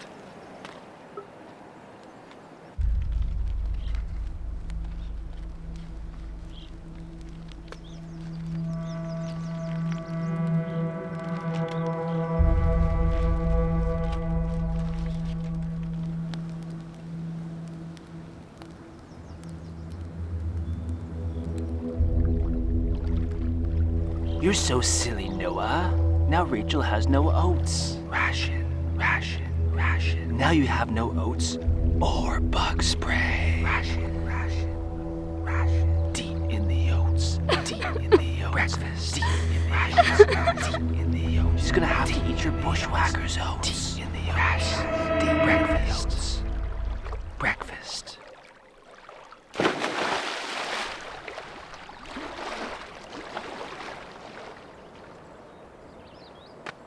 Come on, Noah, let's pack up. Okay.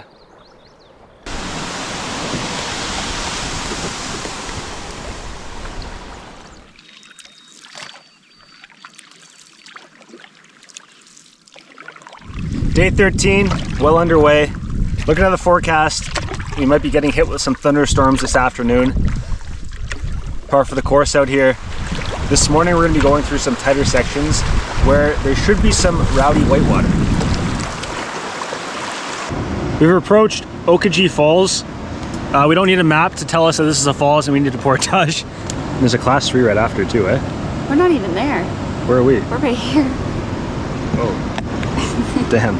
Pissowi Rapids, class 5, portage, river left.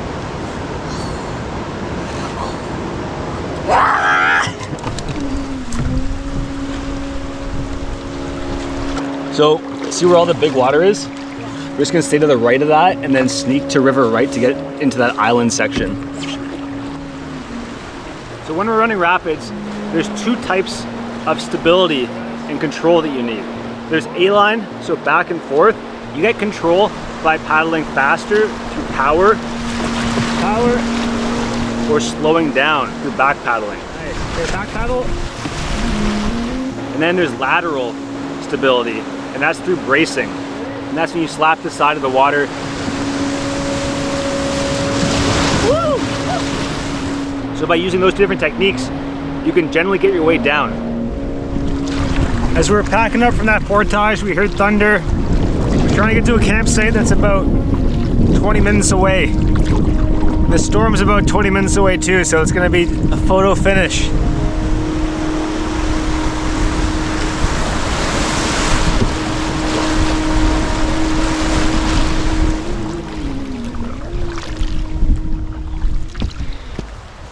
Just arrived.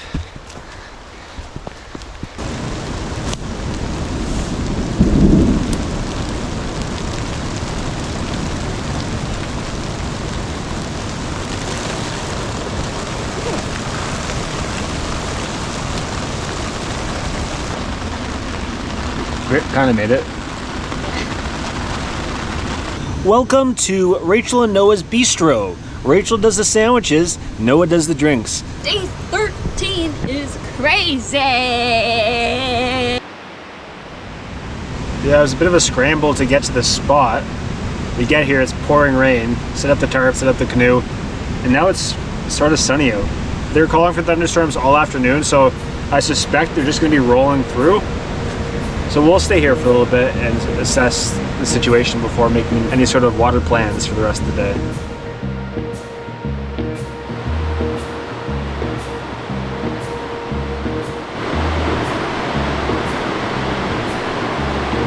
Just coming off a sleepy lunch.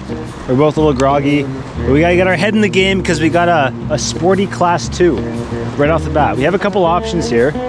We have a route that is a little more straightforward but a little more rambunctious, or a route that's a little more technical but not as sporty. What do we choose? Love technical.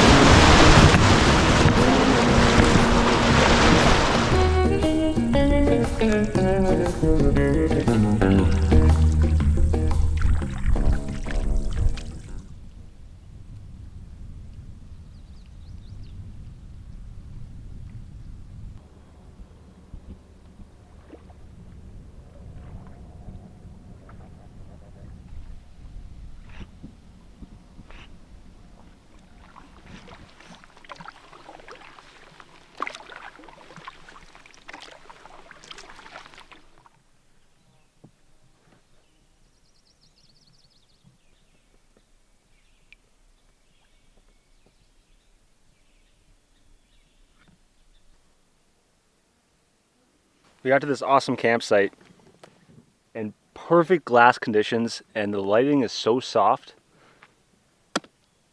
Beautiful spot. Beautiful spot.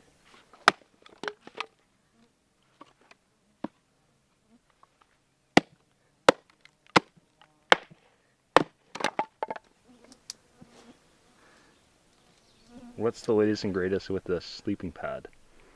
The sleeping pad, despite our efforts, still isn't working. Last night it was completely deflated all night. It maybe stayed inflated for about an hour. So I've just been sleeping on the ground for the past however many days.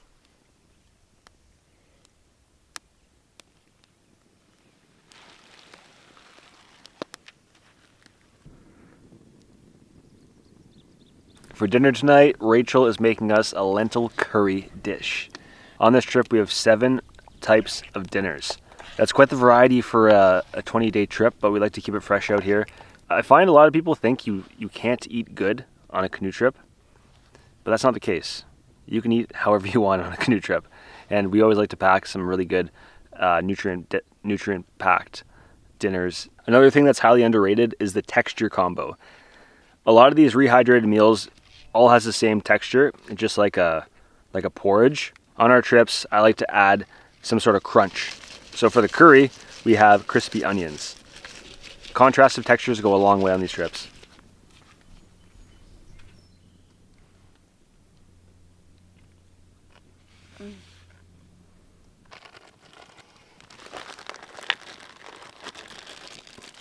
Most of you have probably tried or at least heard of bannock.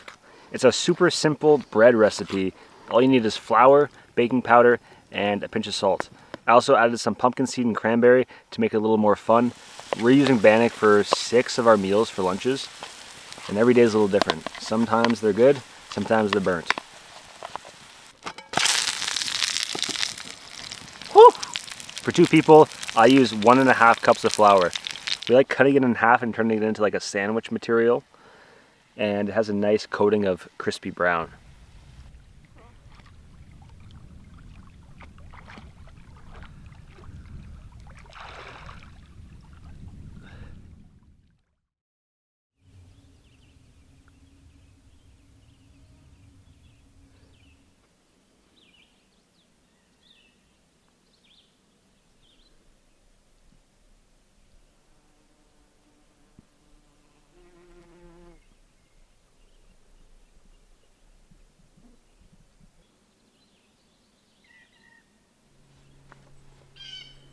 So we're just getting ready to take off for the day, and I wanted to do a quick tutorial on how we pack the canoe. The canoe we're using for this trip is an Skiff Canyon. This is one of their expedition style boats. We use it on all our big trips that have mostly whitewater in it. We have 3 main bags. We have our bedroom setup, kitchen setup, and kitchen overflow. The tent bag goes right in front of me in the back, and then the 2 food barrels go behind Rachel. And then Rachel has the day bag and the map in the front. Extra items like helmets for the whitewater we lay nicely on top, as well as the fishing nets, just in case we hook into a lunker. And then the baler I keep back here next to me.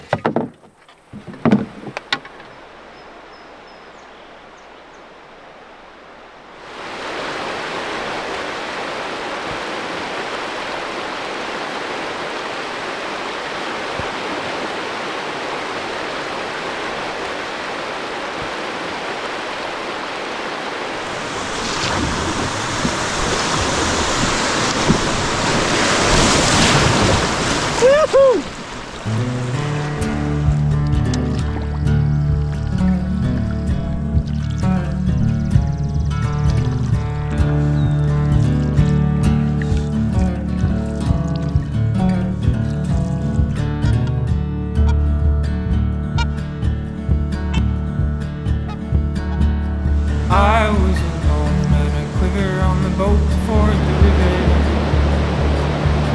A little too much mustard for this hot dog. Cold.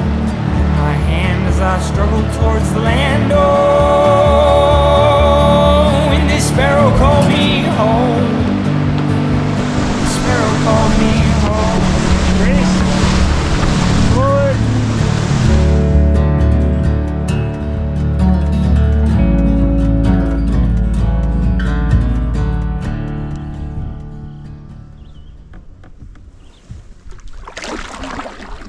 That's crazy. I thought for sure that was an animal. Hey, look at it. Yeah, it's weird. Sticks don't travel like that. Well, how else do they travel? Parallel to the water.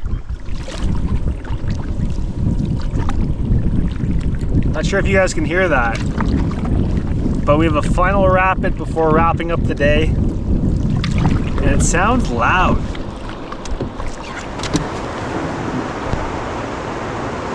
Alright. Alright. Alright. Alright. Forward, forward. Yes. Draw. Good job.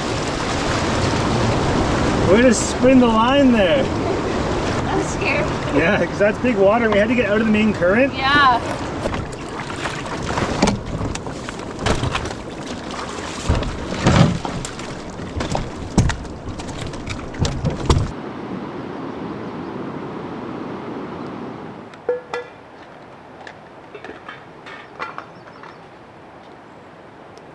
Tonight I'm making falafel. I learned this from my buddy Kyle a few years ago. It's an awesome thing to add to your dinner repertoire on these trips. Pretty easy to make. All you need is chickpea flour with some spices. You can get this pre-mixed at the grocery store, and all you add is water. Not like that. Mix it up until it kind of looks like wet sand.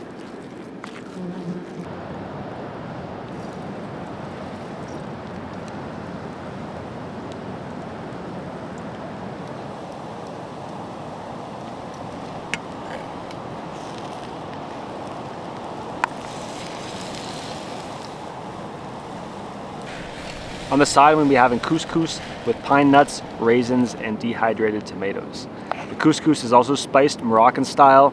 I picked this up at the local grocery store. And on top, we're going to be adding some fine tahini sauce. Without this sauce, it gets a little dry, so this is a crucial step of making a good falafel dish out here.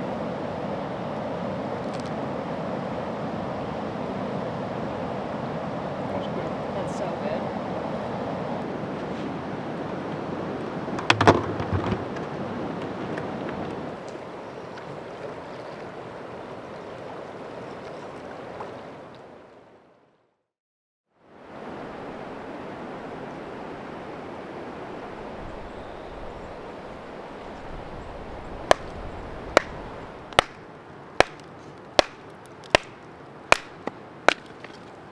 It's day 15. This is the part of the trip where the days just start shedding off. Woke up this morning to very dry, hot conditions. It's getting up to about 31 degrees today, which is the hottest yet on the trip. Not a cloud in the sky. It's gonna be a scorcher. Looking at the map today, we also have a ton of rapids, so it's gonna be a lot of fun out there. So we should be in and out of the water a lot, which works well with how hot it's gonna be. Rachel had another bad sleep last night. The mattress just sucks. So last night we actually switched mattresses because I can sleep a little better on my back. So I think for the rest of the trip, I'm gonna take that mattress, she'll take mine, and we should both get better sleeps out of that.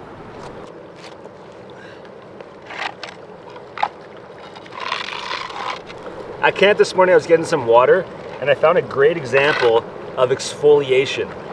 This is how Canadian Shield mechanically erodes. Other types of rocks, depending on the structure and how dense they are, they'll crumble or break off in chunks. But the old Canadian Shield, she sheds. Water seeps in underneath, freezes, thaws, and these pieces peel off over time. And the rocks essentially shed. See that? Time to hit the water. See it? It's flashing.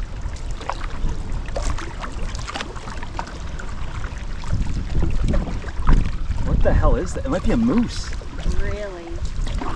Oh, it might be. It's wiggling its head.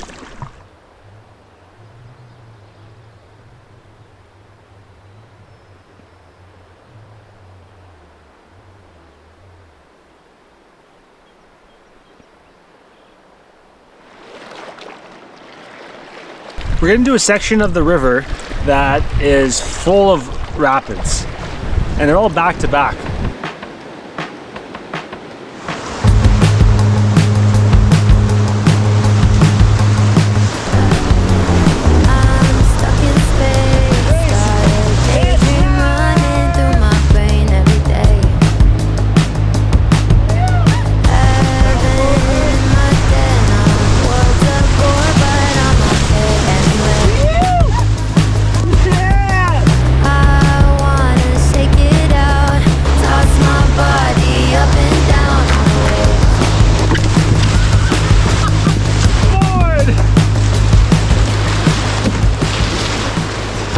Holy shit!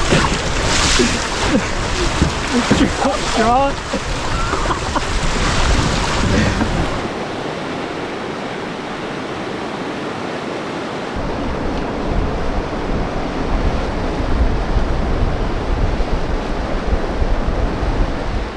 This is like a proper raft. I know, it's awesome. So we've decided to portage around this class 3. We probably take on a lot of water and it's pretty long. Plus I don't think we're in the best mindset to run it right now. Noah's kind of walking around like a drunk man. It's 30 degrees out. Yesterday was probably the toughest day of the trip for me. Lack of sleep, hot weather, it happens. Today I'm feeling great.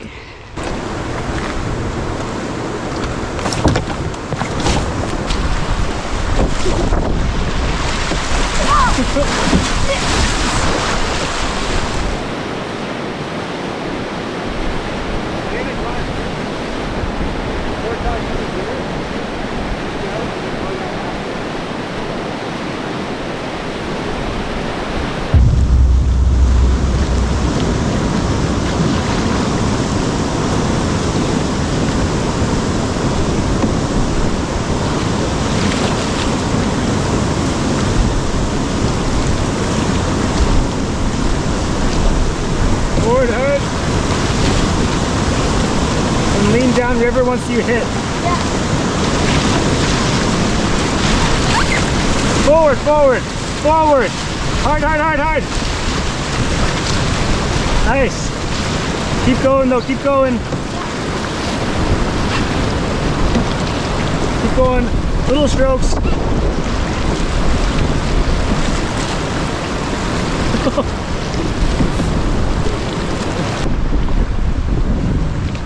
We just did our sketchiest move yet.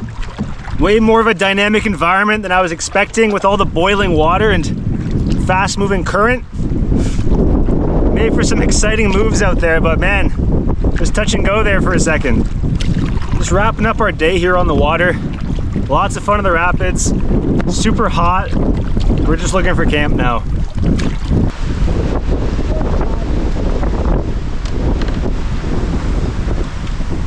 12 o'clock. See it? Yeah.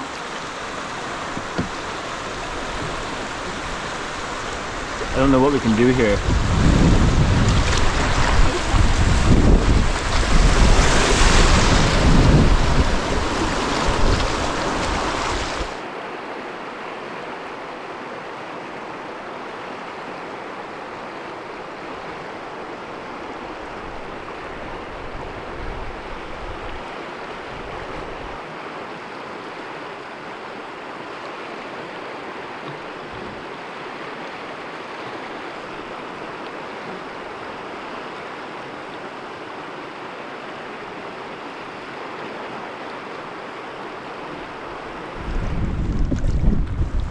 He's ready to stomp us.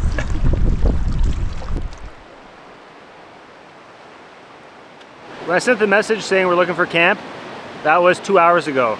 We couldn't find a spot. We've been portaging, we've been running rapids, trying to find a spot for night. Doesn't look like someone's camped here before. There's no tent ring, there's no fire pit, but it's a nice spot that's out of the wind. There's some flat spots for camping, and it's obviously scenic as well. Let's see if I can catch a little fish. It's been a couple days since I've caught a fish, and for dinners we need to rely on fish for 4 nights, and we've only done that twice so far. So we have 3 more dinners, and 2 of those dinners we need to catch fish. So I need to make sure I'm not feeling too rusty.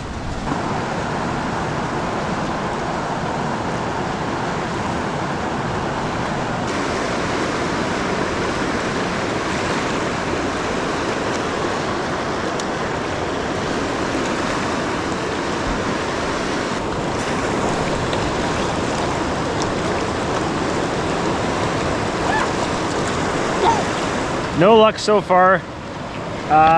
Hopefully it gets better over the next couple days. I think we both agreed that was one of our favorite days of the trip.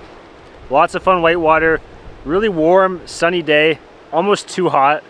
I thought I was gonna get heat stroke at one point, but I ended up just jumping in the water a lot and drinking lots of fluids and powered through. Didn't get to the camp until 2 hours later than we wanted to, but we're here. Awesome day. We'll see you tomorrow.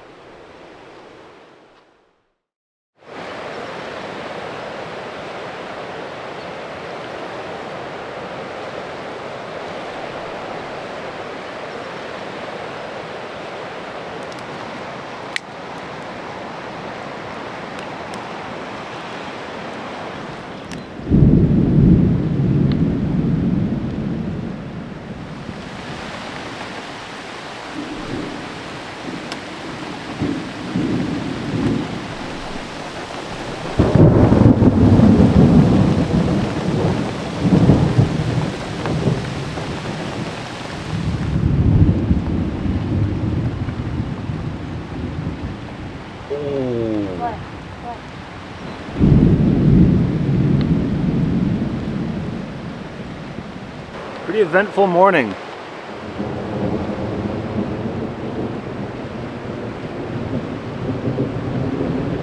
Thunderstorms are rolling through. So far we've had 5 thunderstorm days.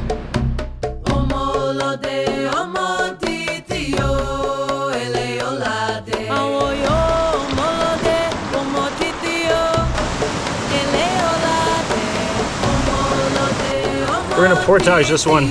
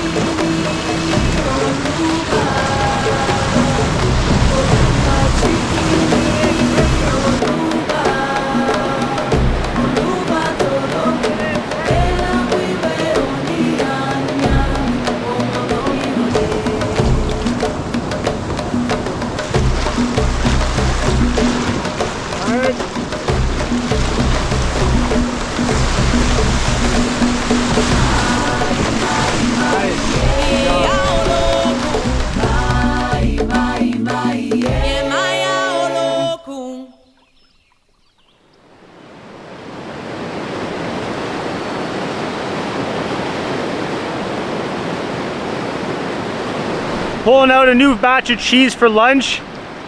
Grim realization that 2 of our cheese blocks have gone bad. I've never seen it like this before. We got some cheese that had 37% moisture compared to 35. The less moisture, the better it is for being in a bare barrel. The 35 has lasted all right. The 37's deteriorated after 2 weeks in pretty hot weather. So we've lost 6 oats to Deet bug spray. We've lost 2 blocks of cheese to sun and hot weather. It's actually 3 blocks of cheese. And 2 out of our 4 final meals need to be fish. We haven't caught a fish in a few days. And I might have forgot to pack 1 dinner. So we're already one dinner short as well. Never had to ration like this before. It should be fun. It'll really test us. But first things first, we gotta catch a fish.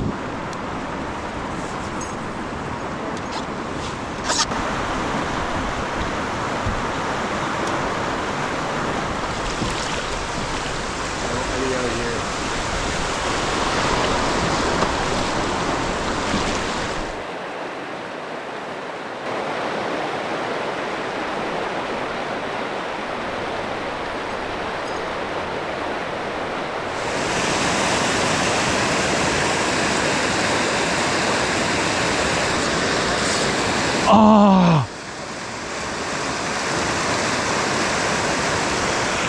See that?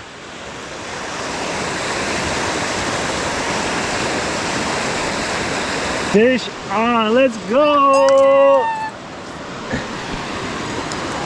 Guys, we needed that. Thank you. Yeah, right there.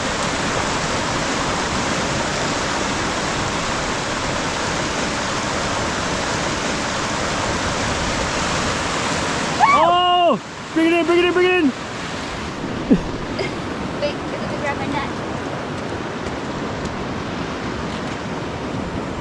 Yeah. Dinner! Good job. Thanks. We needed that.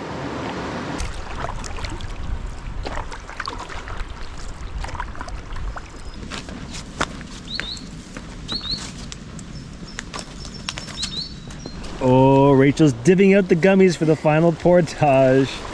I saved them to feed Noah throughout the days. Here you go. What are we doing? Fishing derby. Fishing derby! Fishing derby! We got this one is me, and that one is little Rachel. Oh, before the rain comes. We're testing our luck here. The rain's on its way, but we need one more fish.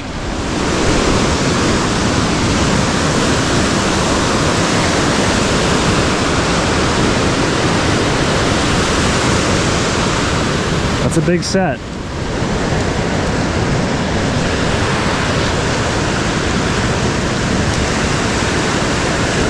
This water is pretty choppy.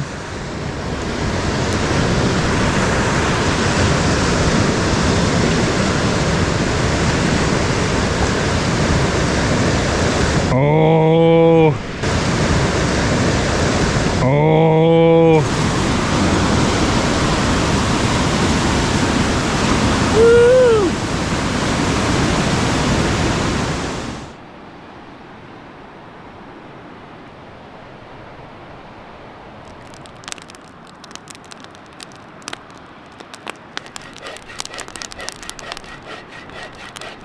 As soon as we got to camp, it rained on us a bit, so we threw up a tarp, got the tent set up. Now Rachel's working on a fire. We're having fish tonight, and I'm gonna have a special treat before we start. So tonight for dinner, before dinner, we're gonna have a little cocktail. This is something that Matty B, you guys might remember him from the Aguaniche trip, came up with. It's called a whiskey brulee. It's sort of a take on a whiskey sour, but it's more rugged, and it's for the backcountry only. You could have it at weddings too, or funerals, or any sort of party. Just try it out. If you try it out, let us know in the comments below. All you need is whiskey, your local river water, 3 seconds of lime Mio, 3 gummies, and a garnish from your local forest. We're using jack pine sprig. So Rachel has never tried a whiskey brulee before. This will be her first on the Blood Vein River.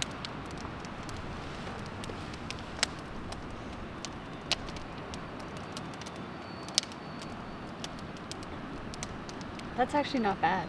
Really? Yeah, it's a little warm. Could use some ice cubes, but You could use some hail. yeah, you could use some hail.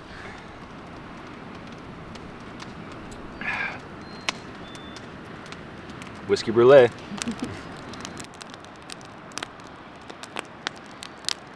This is the first time in a while that we've camped within a burn, and from far it kind of looks like there's not much going on, and it's sort of ugly. But burns are a natural part of forest regeneration in the boreal forest, And really, a lot of the plants here require the burn to grow. Jack pines are one of the main tree species here, and their pine cones aren't activated unless there is a burn. And you can see here among the burnt trees, all these little jack pine sprigs. And that wouldn't happen if this burn wasn't here. You also have fireweed and other flowers. Burns are required. It's just the way it is. I'll probably just stick with the first one because now I'm all over the place.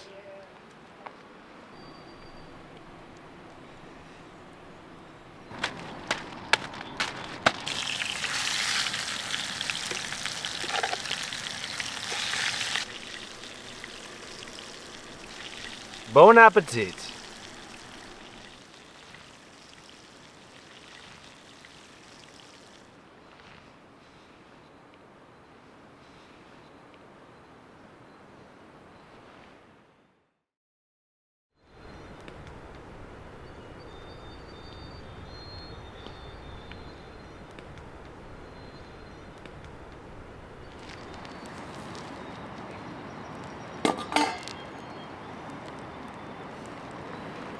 This is one of the best fire pits I've seen on this trip so far. Obviously the views are spectacular, but the chimney rock, whew, the flame hits the back and does a barrel roll and reheats your pot. This is my last morning of oats. After today, I'm gonna have to find something else because this is the last of our rations. Rachel still has a few more days because she's been splitting them. I decided I want a full experience every morning with the oats, and then I'll just go onwards. I don't want a half experience.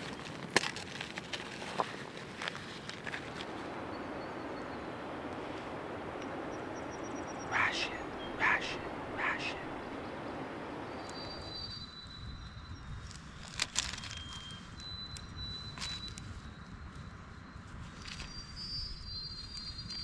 Picking these berries has brought me so much joy on this trip. It's just so cool to be out here for long enough to see them start bursting to life. When we first started this trip, there was no sign of any berries. Today we have some pretty scenic paddling. The maps that we've been using for this trip, and I use for all my trips, I print off Cal Topo. I get this question a lot, where do I get my maps? I don't buy them online, it gets really expensive. What I do is I get a membership with caltopo.com, which I think is about 50 bucks American, and I can custom make maps with a bunch of different layers. I usually go topographic maps with shaded contours. On this, I then mark up classifications of rapids that I got off Hap Wilson's guidebook, as well as campsites. The scale I use for these maps is 1 by 50,000. Each little square is a kilometer. It's how I've been doing it for years. It works for me. Yeah, check them out, Cal Topo. Pretty sweet. They have not sponsored this. I'm just a very big fan of what they do there.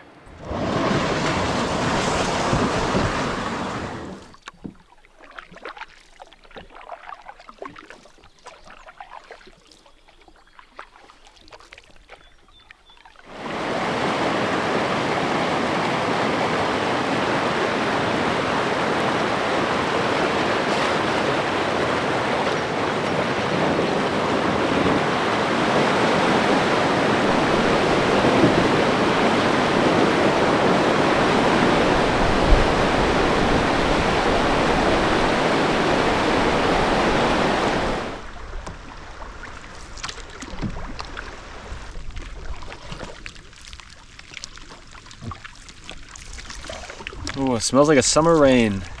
You know those Dove commercials? Soap smells like summer rain. Tonight we're trying to get to a campsite that Hap Wilson talks about in his book as arguably the best campsite on the route, Neme Rapids.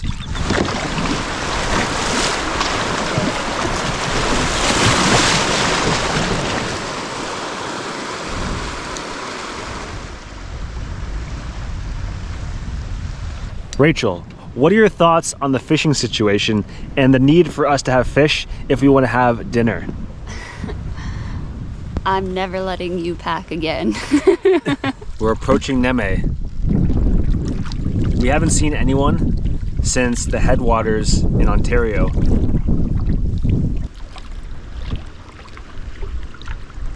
What's our game plan here? We don't have one. Like there's a campsite there. Should we sneak up to see if we can see anyone? No, just be normal. But like the thing is, if we go, like we're not going to want to camp with them, and then we're not going to be able to go back up river. I definitely heard voices.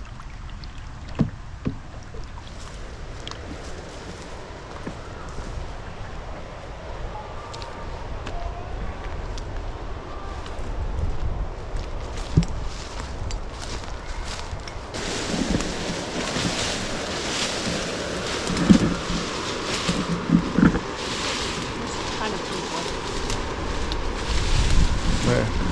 They're running the rapid right now.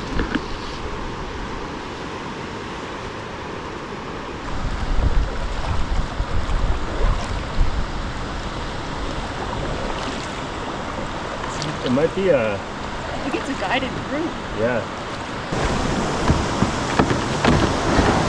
Howdy. How's it going? So we ran into a kids camp group. They've been on the river for about 26 days. That looked like a sturgeon. A fish just rose in front of us that I swear looked like a sturgeon. I don't know if there's sturgeon in this area. That was a big fish. Rachel, sturgeon are those ones that get to be like 7 feet long. And they live in rivers? I don't know.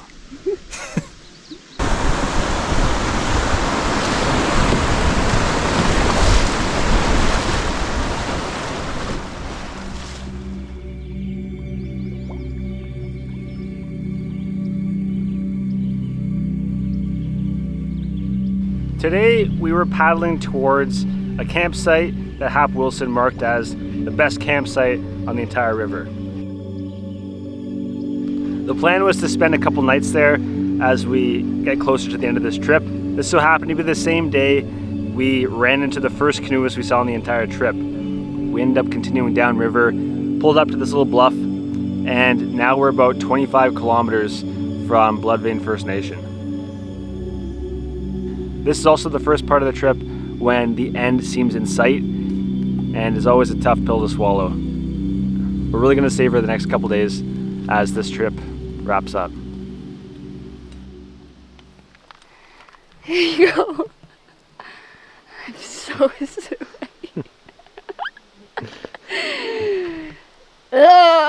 We did not catch any fish, so we're eating our last full meal. Pad Thai.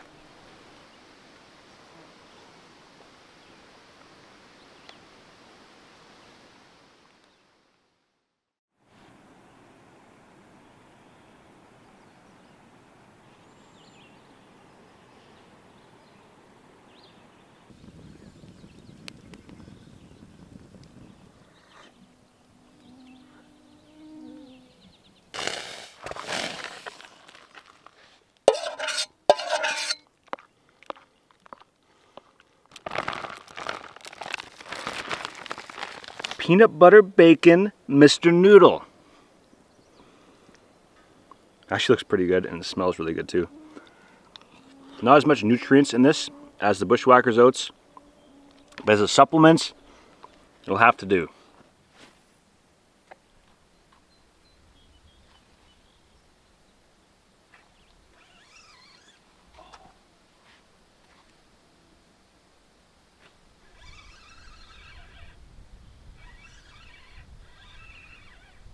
Gorgeous little pickerel.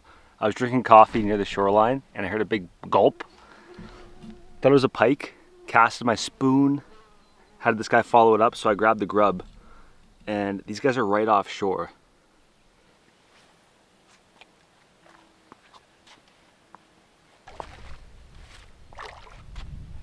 Hooked up with a new species.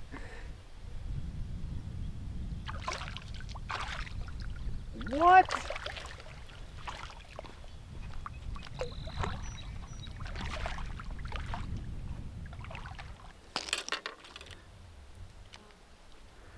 What the heck are these doing up here?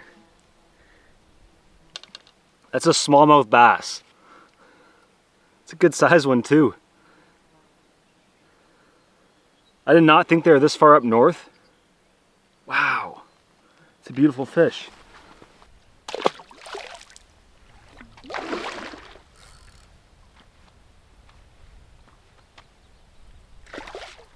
What a morning, look at that.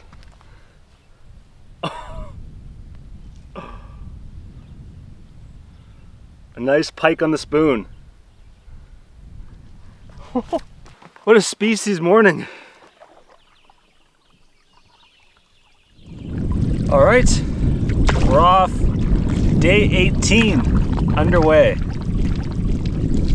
We flipped over to the final map of this trip, the final 25 kilometers. The river's starting to widen, the water's getting a little murkier, and there's smallmouth bass and potentially sturgeon here.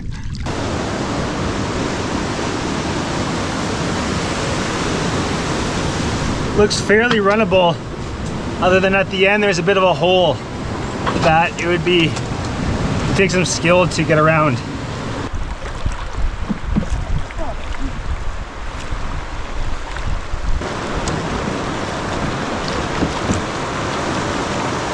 Oh, how are we going over this? Hit it!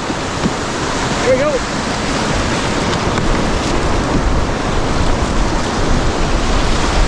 Good job. Get ready for hydraulics. Oh, none required.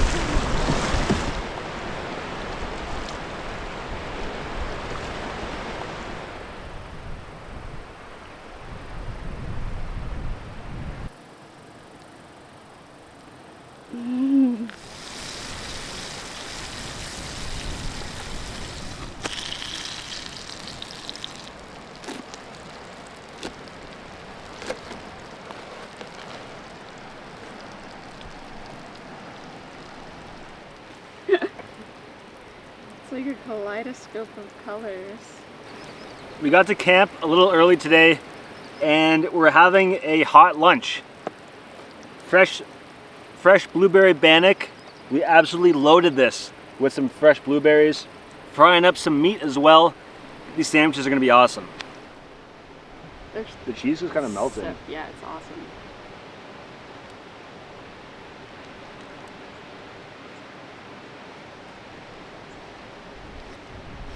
Oh my god. Oh.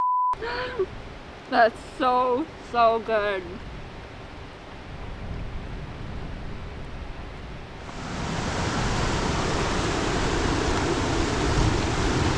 All right, guys, we need to catch some fish for dinner, or we're gonna be having more Mr. Noodles with peanut butter and bacon, which isn't the worst, but it's not fresh fish.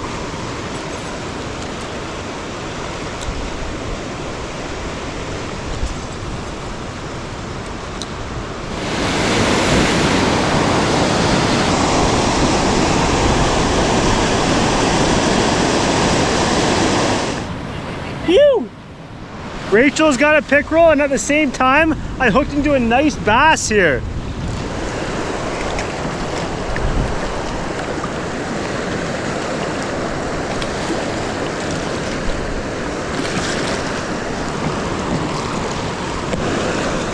Oh man.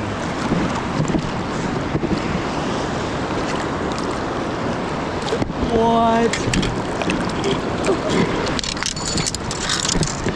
Oh, Rachel got a pickerel? That's perfect eater. And I got a big bass. Jesus Christ, look at that. Look at that bass. It's got scars. It's a big fish.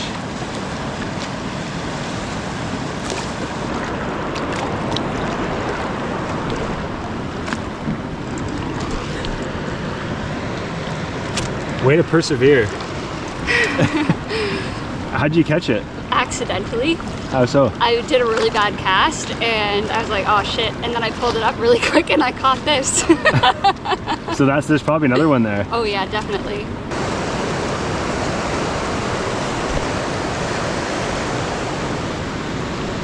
Oh, that's a nice one.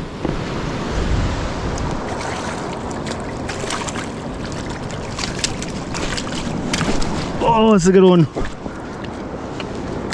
Oh. Rach. Woohoo! Oh, look at the net. Bring the net down to it.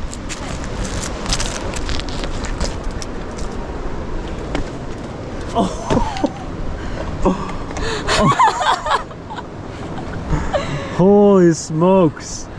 It's huge. Awesome work. All right, I think we got our dinner for tonight. Yeah. We worked hard for this, but we got fish for dinner. Rachel got 2, as well as the personal best and biggest pickerel of this trip. Pickerel is one of my favorite fish to eat. It's white, it's firm, it's flaky. It doesn't have a fishy taste. It goes really well with a lot of different flavors. I like fish crisp. It's a traditional way I used to do it growing up. You can also use spices like just salt and pepper even works. You can fry it, you can bake it, you can put it on a bun, eat it raw. Don't do that. But yeah, we're blessed to have this tonight.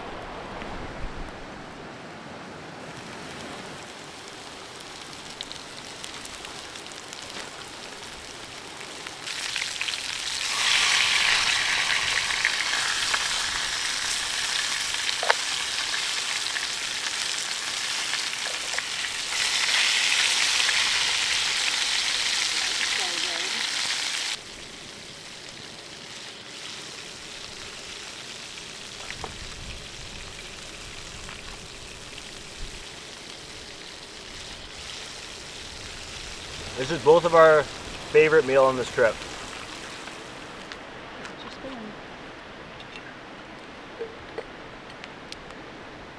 Whew. Cheers. Cheers.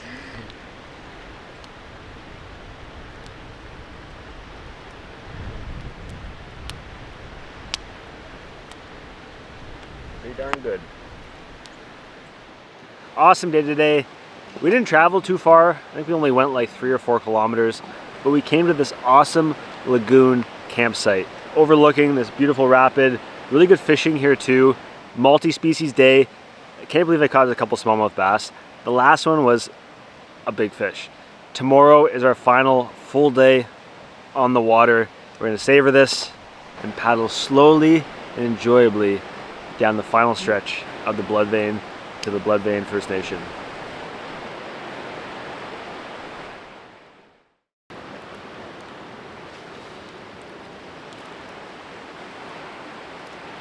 Day 19, the final full day.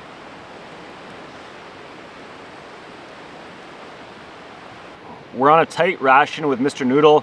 We only have 2 packages left and we need to eat them for dinner tonight. So Rachel was kind enough to split her last ration of oatmeal with me. And to supplement volume, I added 3 granola bars of different types. And it actually looks really good. There's also wild caught blueberries in here as well. Catch it with your left. Catch it with your right. Catch it with your right. Catch it with your right. No! Oh!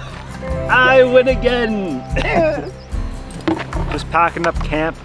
Tomorrow morning, Eric's picking us up from Blood Vein First Nation at about 8:30 so we can catch our flight back to Halifax tomorrow. Day 19. Day 19. You can't go home. You can't go home. But you can find another shelter you can call your own.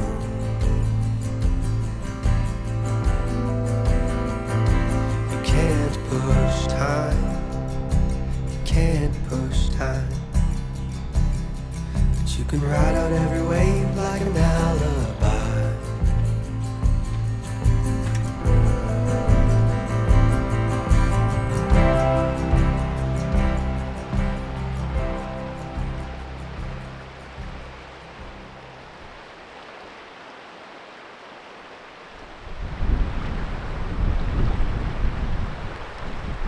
Like tanks. Oh my goodness.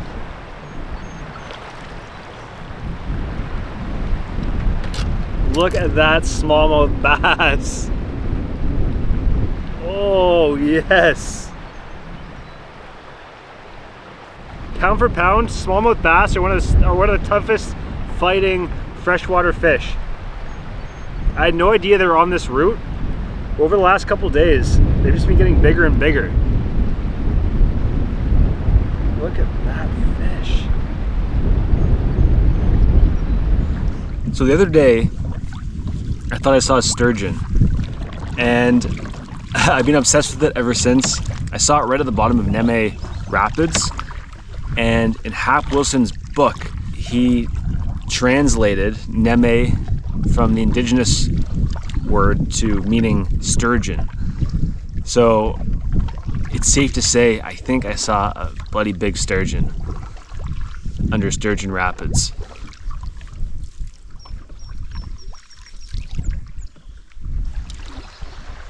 We're just passing by the Rice River Road Bridge. This is a typical takeout place for canoeists, and it's the only access to Bloodvein First Nation, but we will be finishing in the community.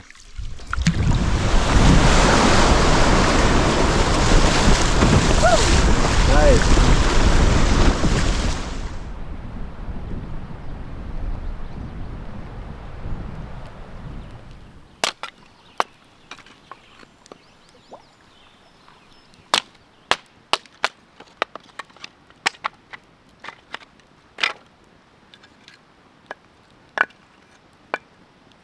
We had a pretty relaxing day, snoozing, fishing, just slowly meandering down the river. We're at camp now. We're gonna do a little bit of organizing with our gear tonight, because tomorrow when Eric picks us up, it's gonna be bang, bang, bang, airport, fly home. It's gonna be hectic. So the more organized we can get today, the less chaotic it is tomorrow. I spoke so highly of that breakfast noodle dish, we're having it for dinner. Noodles, peanut butter, bacon. It's that simple. It's a pelican.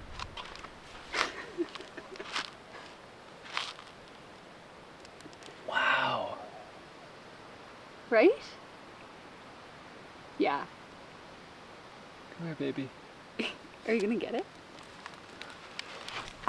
You're not zoomed in at all. When I was just setting up the camera, we were talking about every animal that we've seen that we haven't filmed, and the only one was a pelican, and it just flew over top of us. Last night, here on the river, yeah, the Bloodvein. Cheers to the Bloodvein. Dairy milk's up. One love. One love.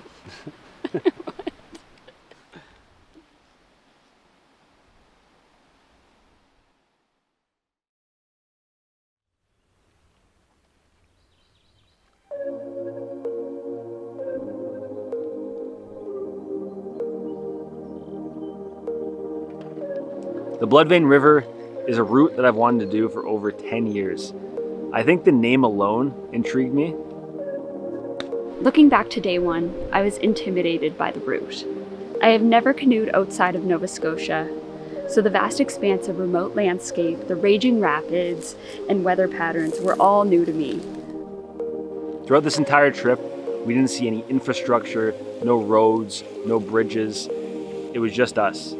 And that's a true beauty in today's world.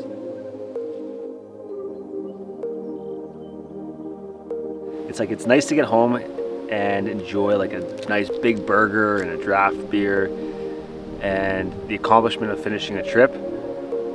But it's a fleeting moment, and as soon as you're home, you miss it out here.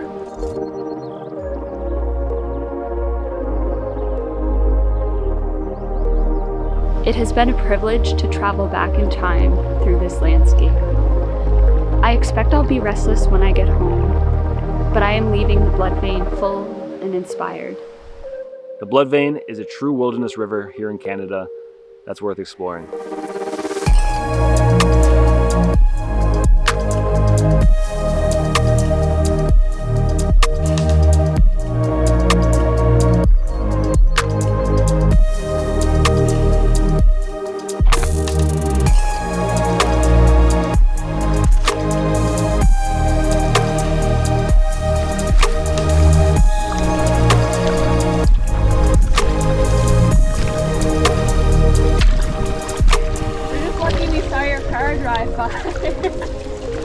Good right here.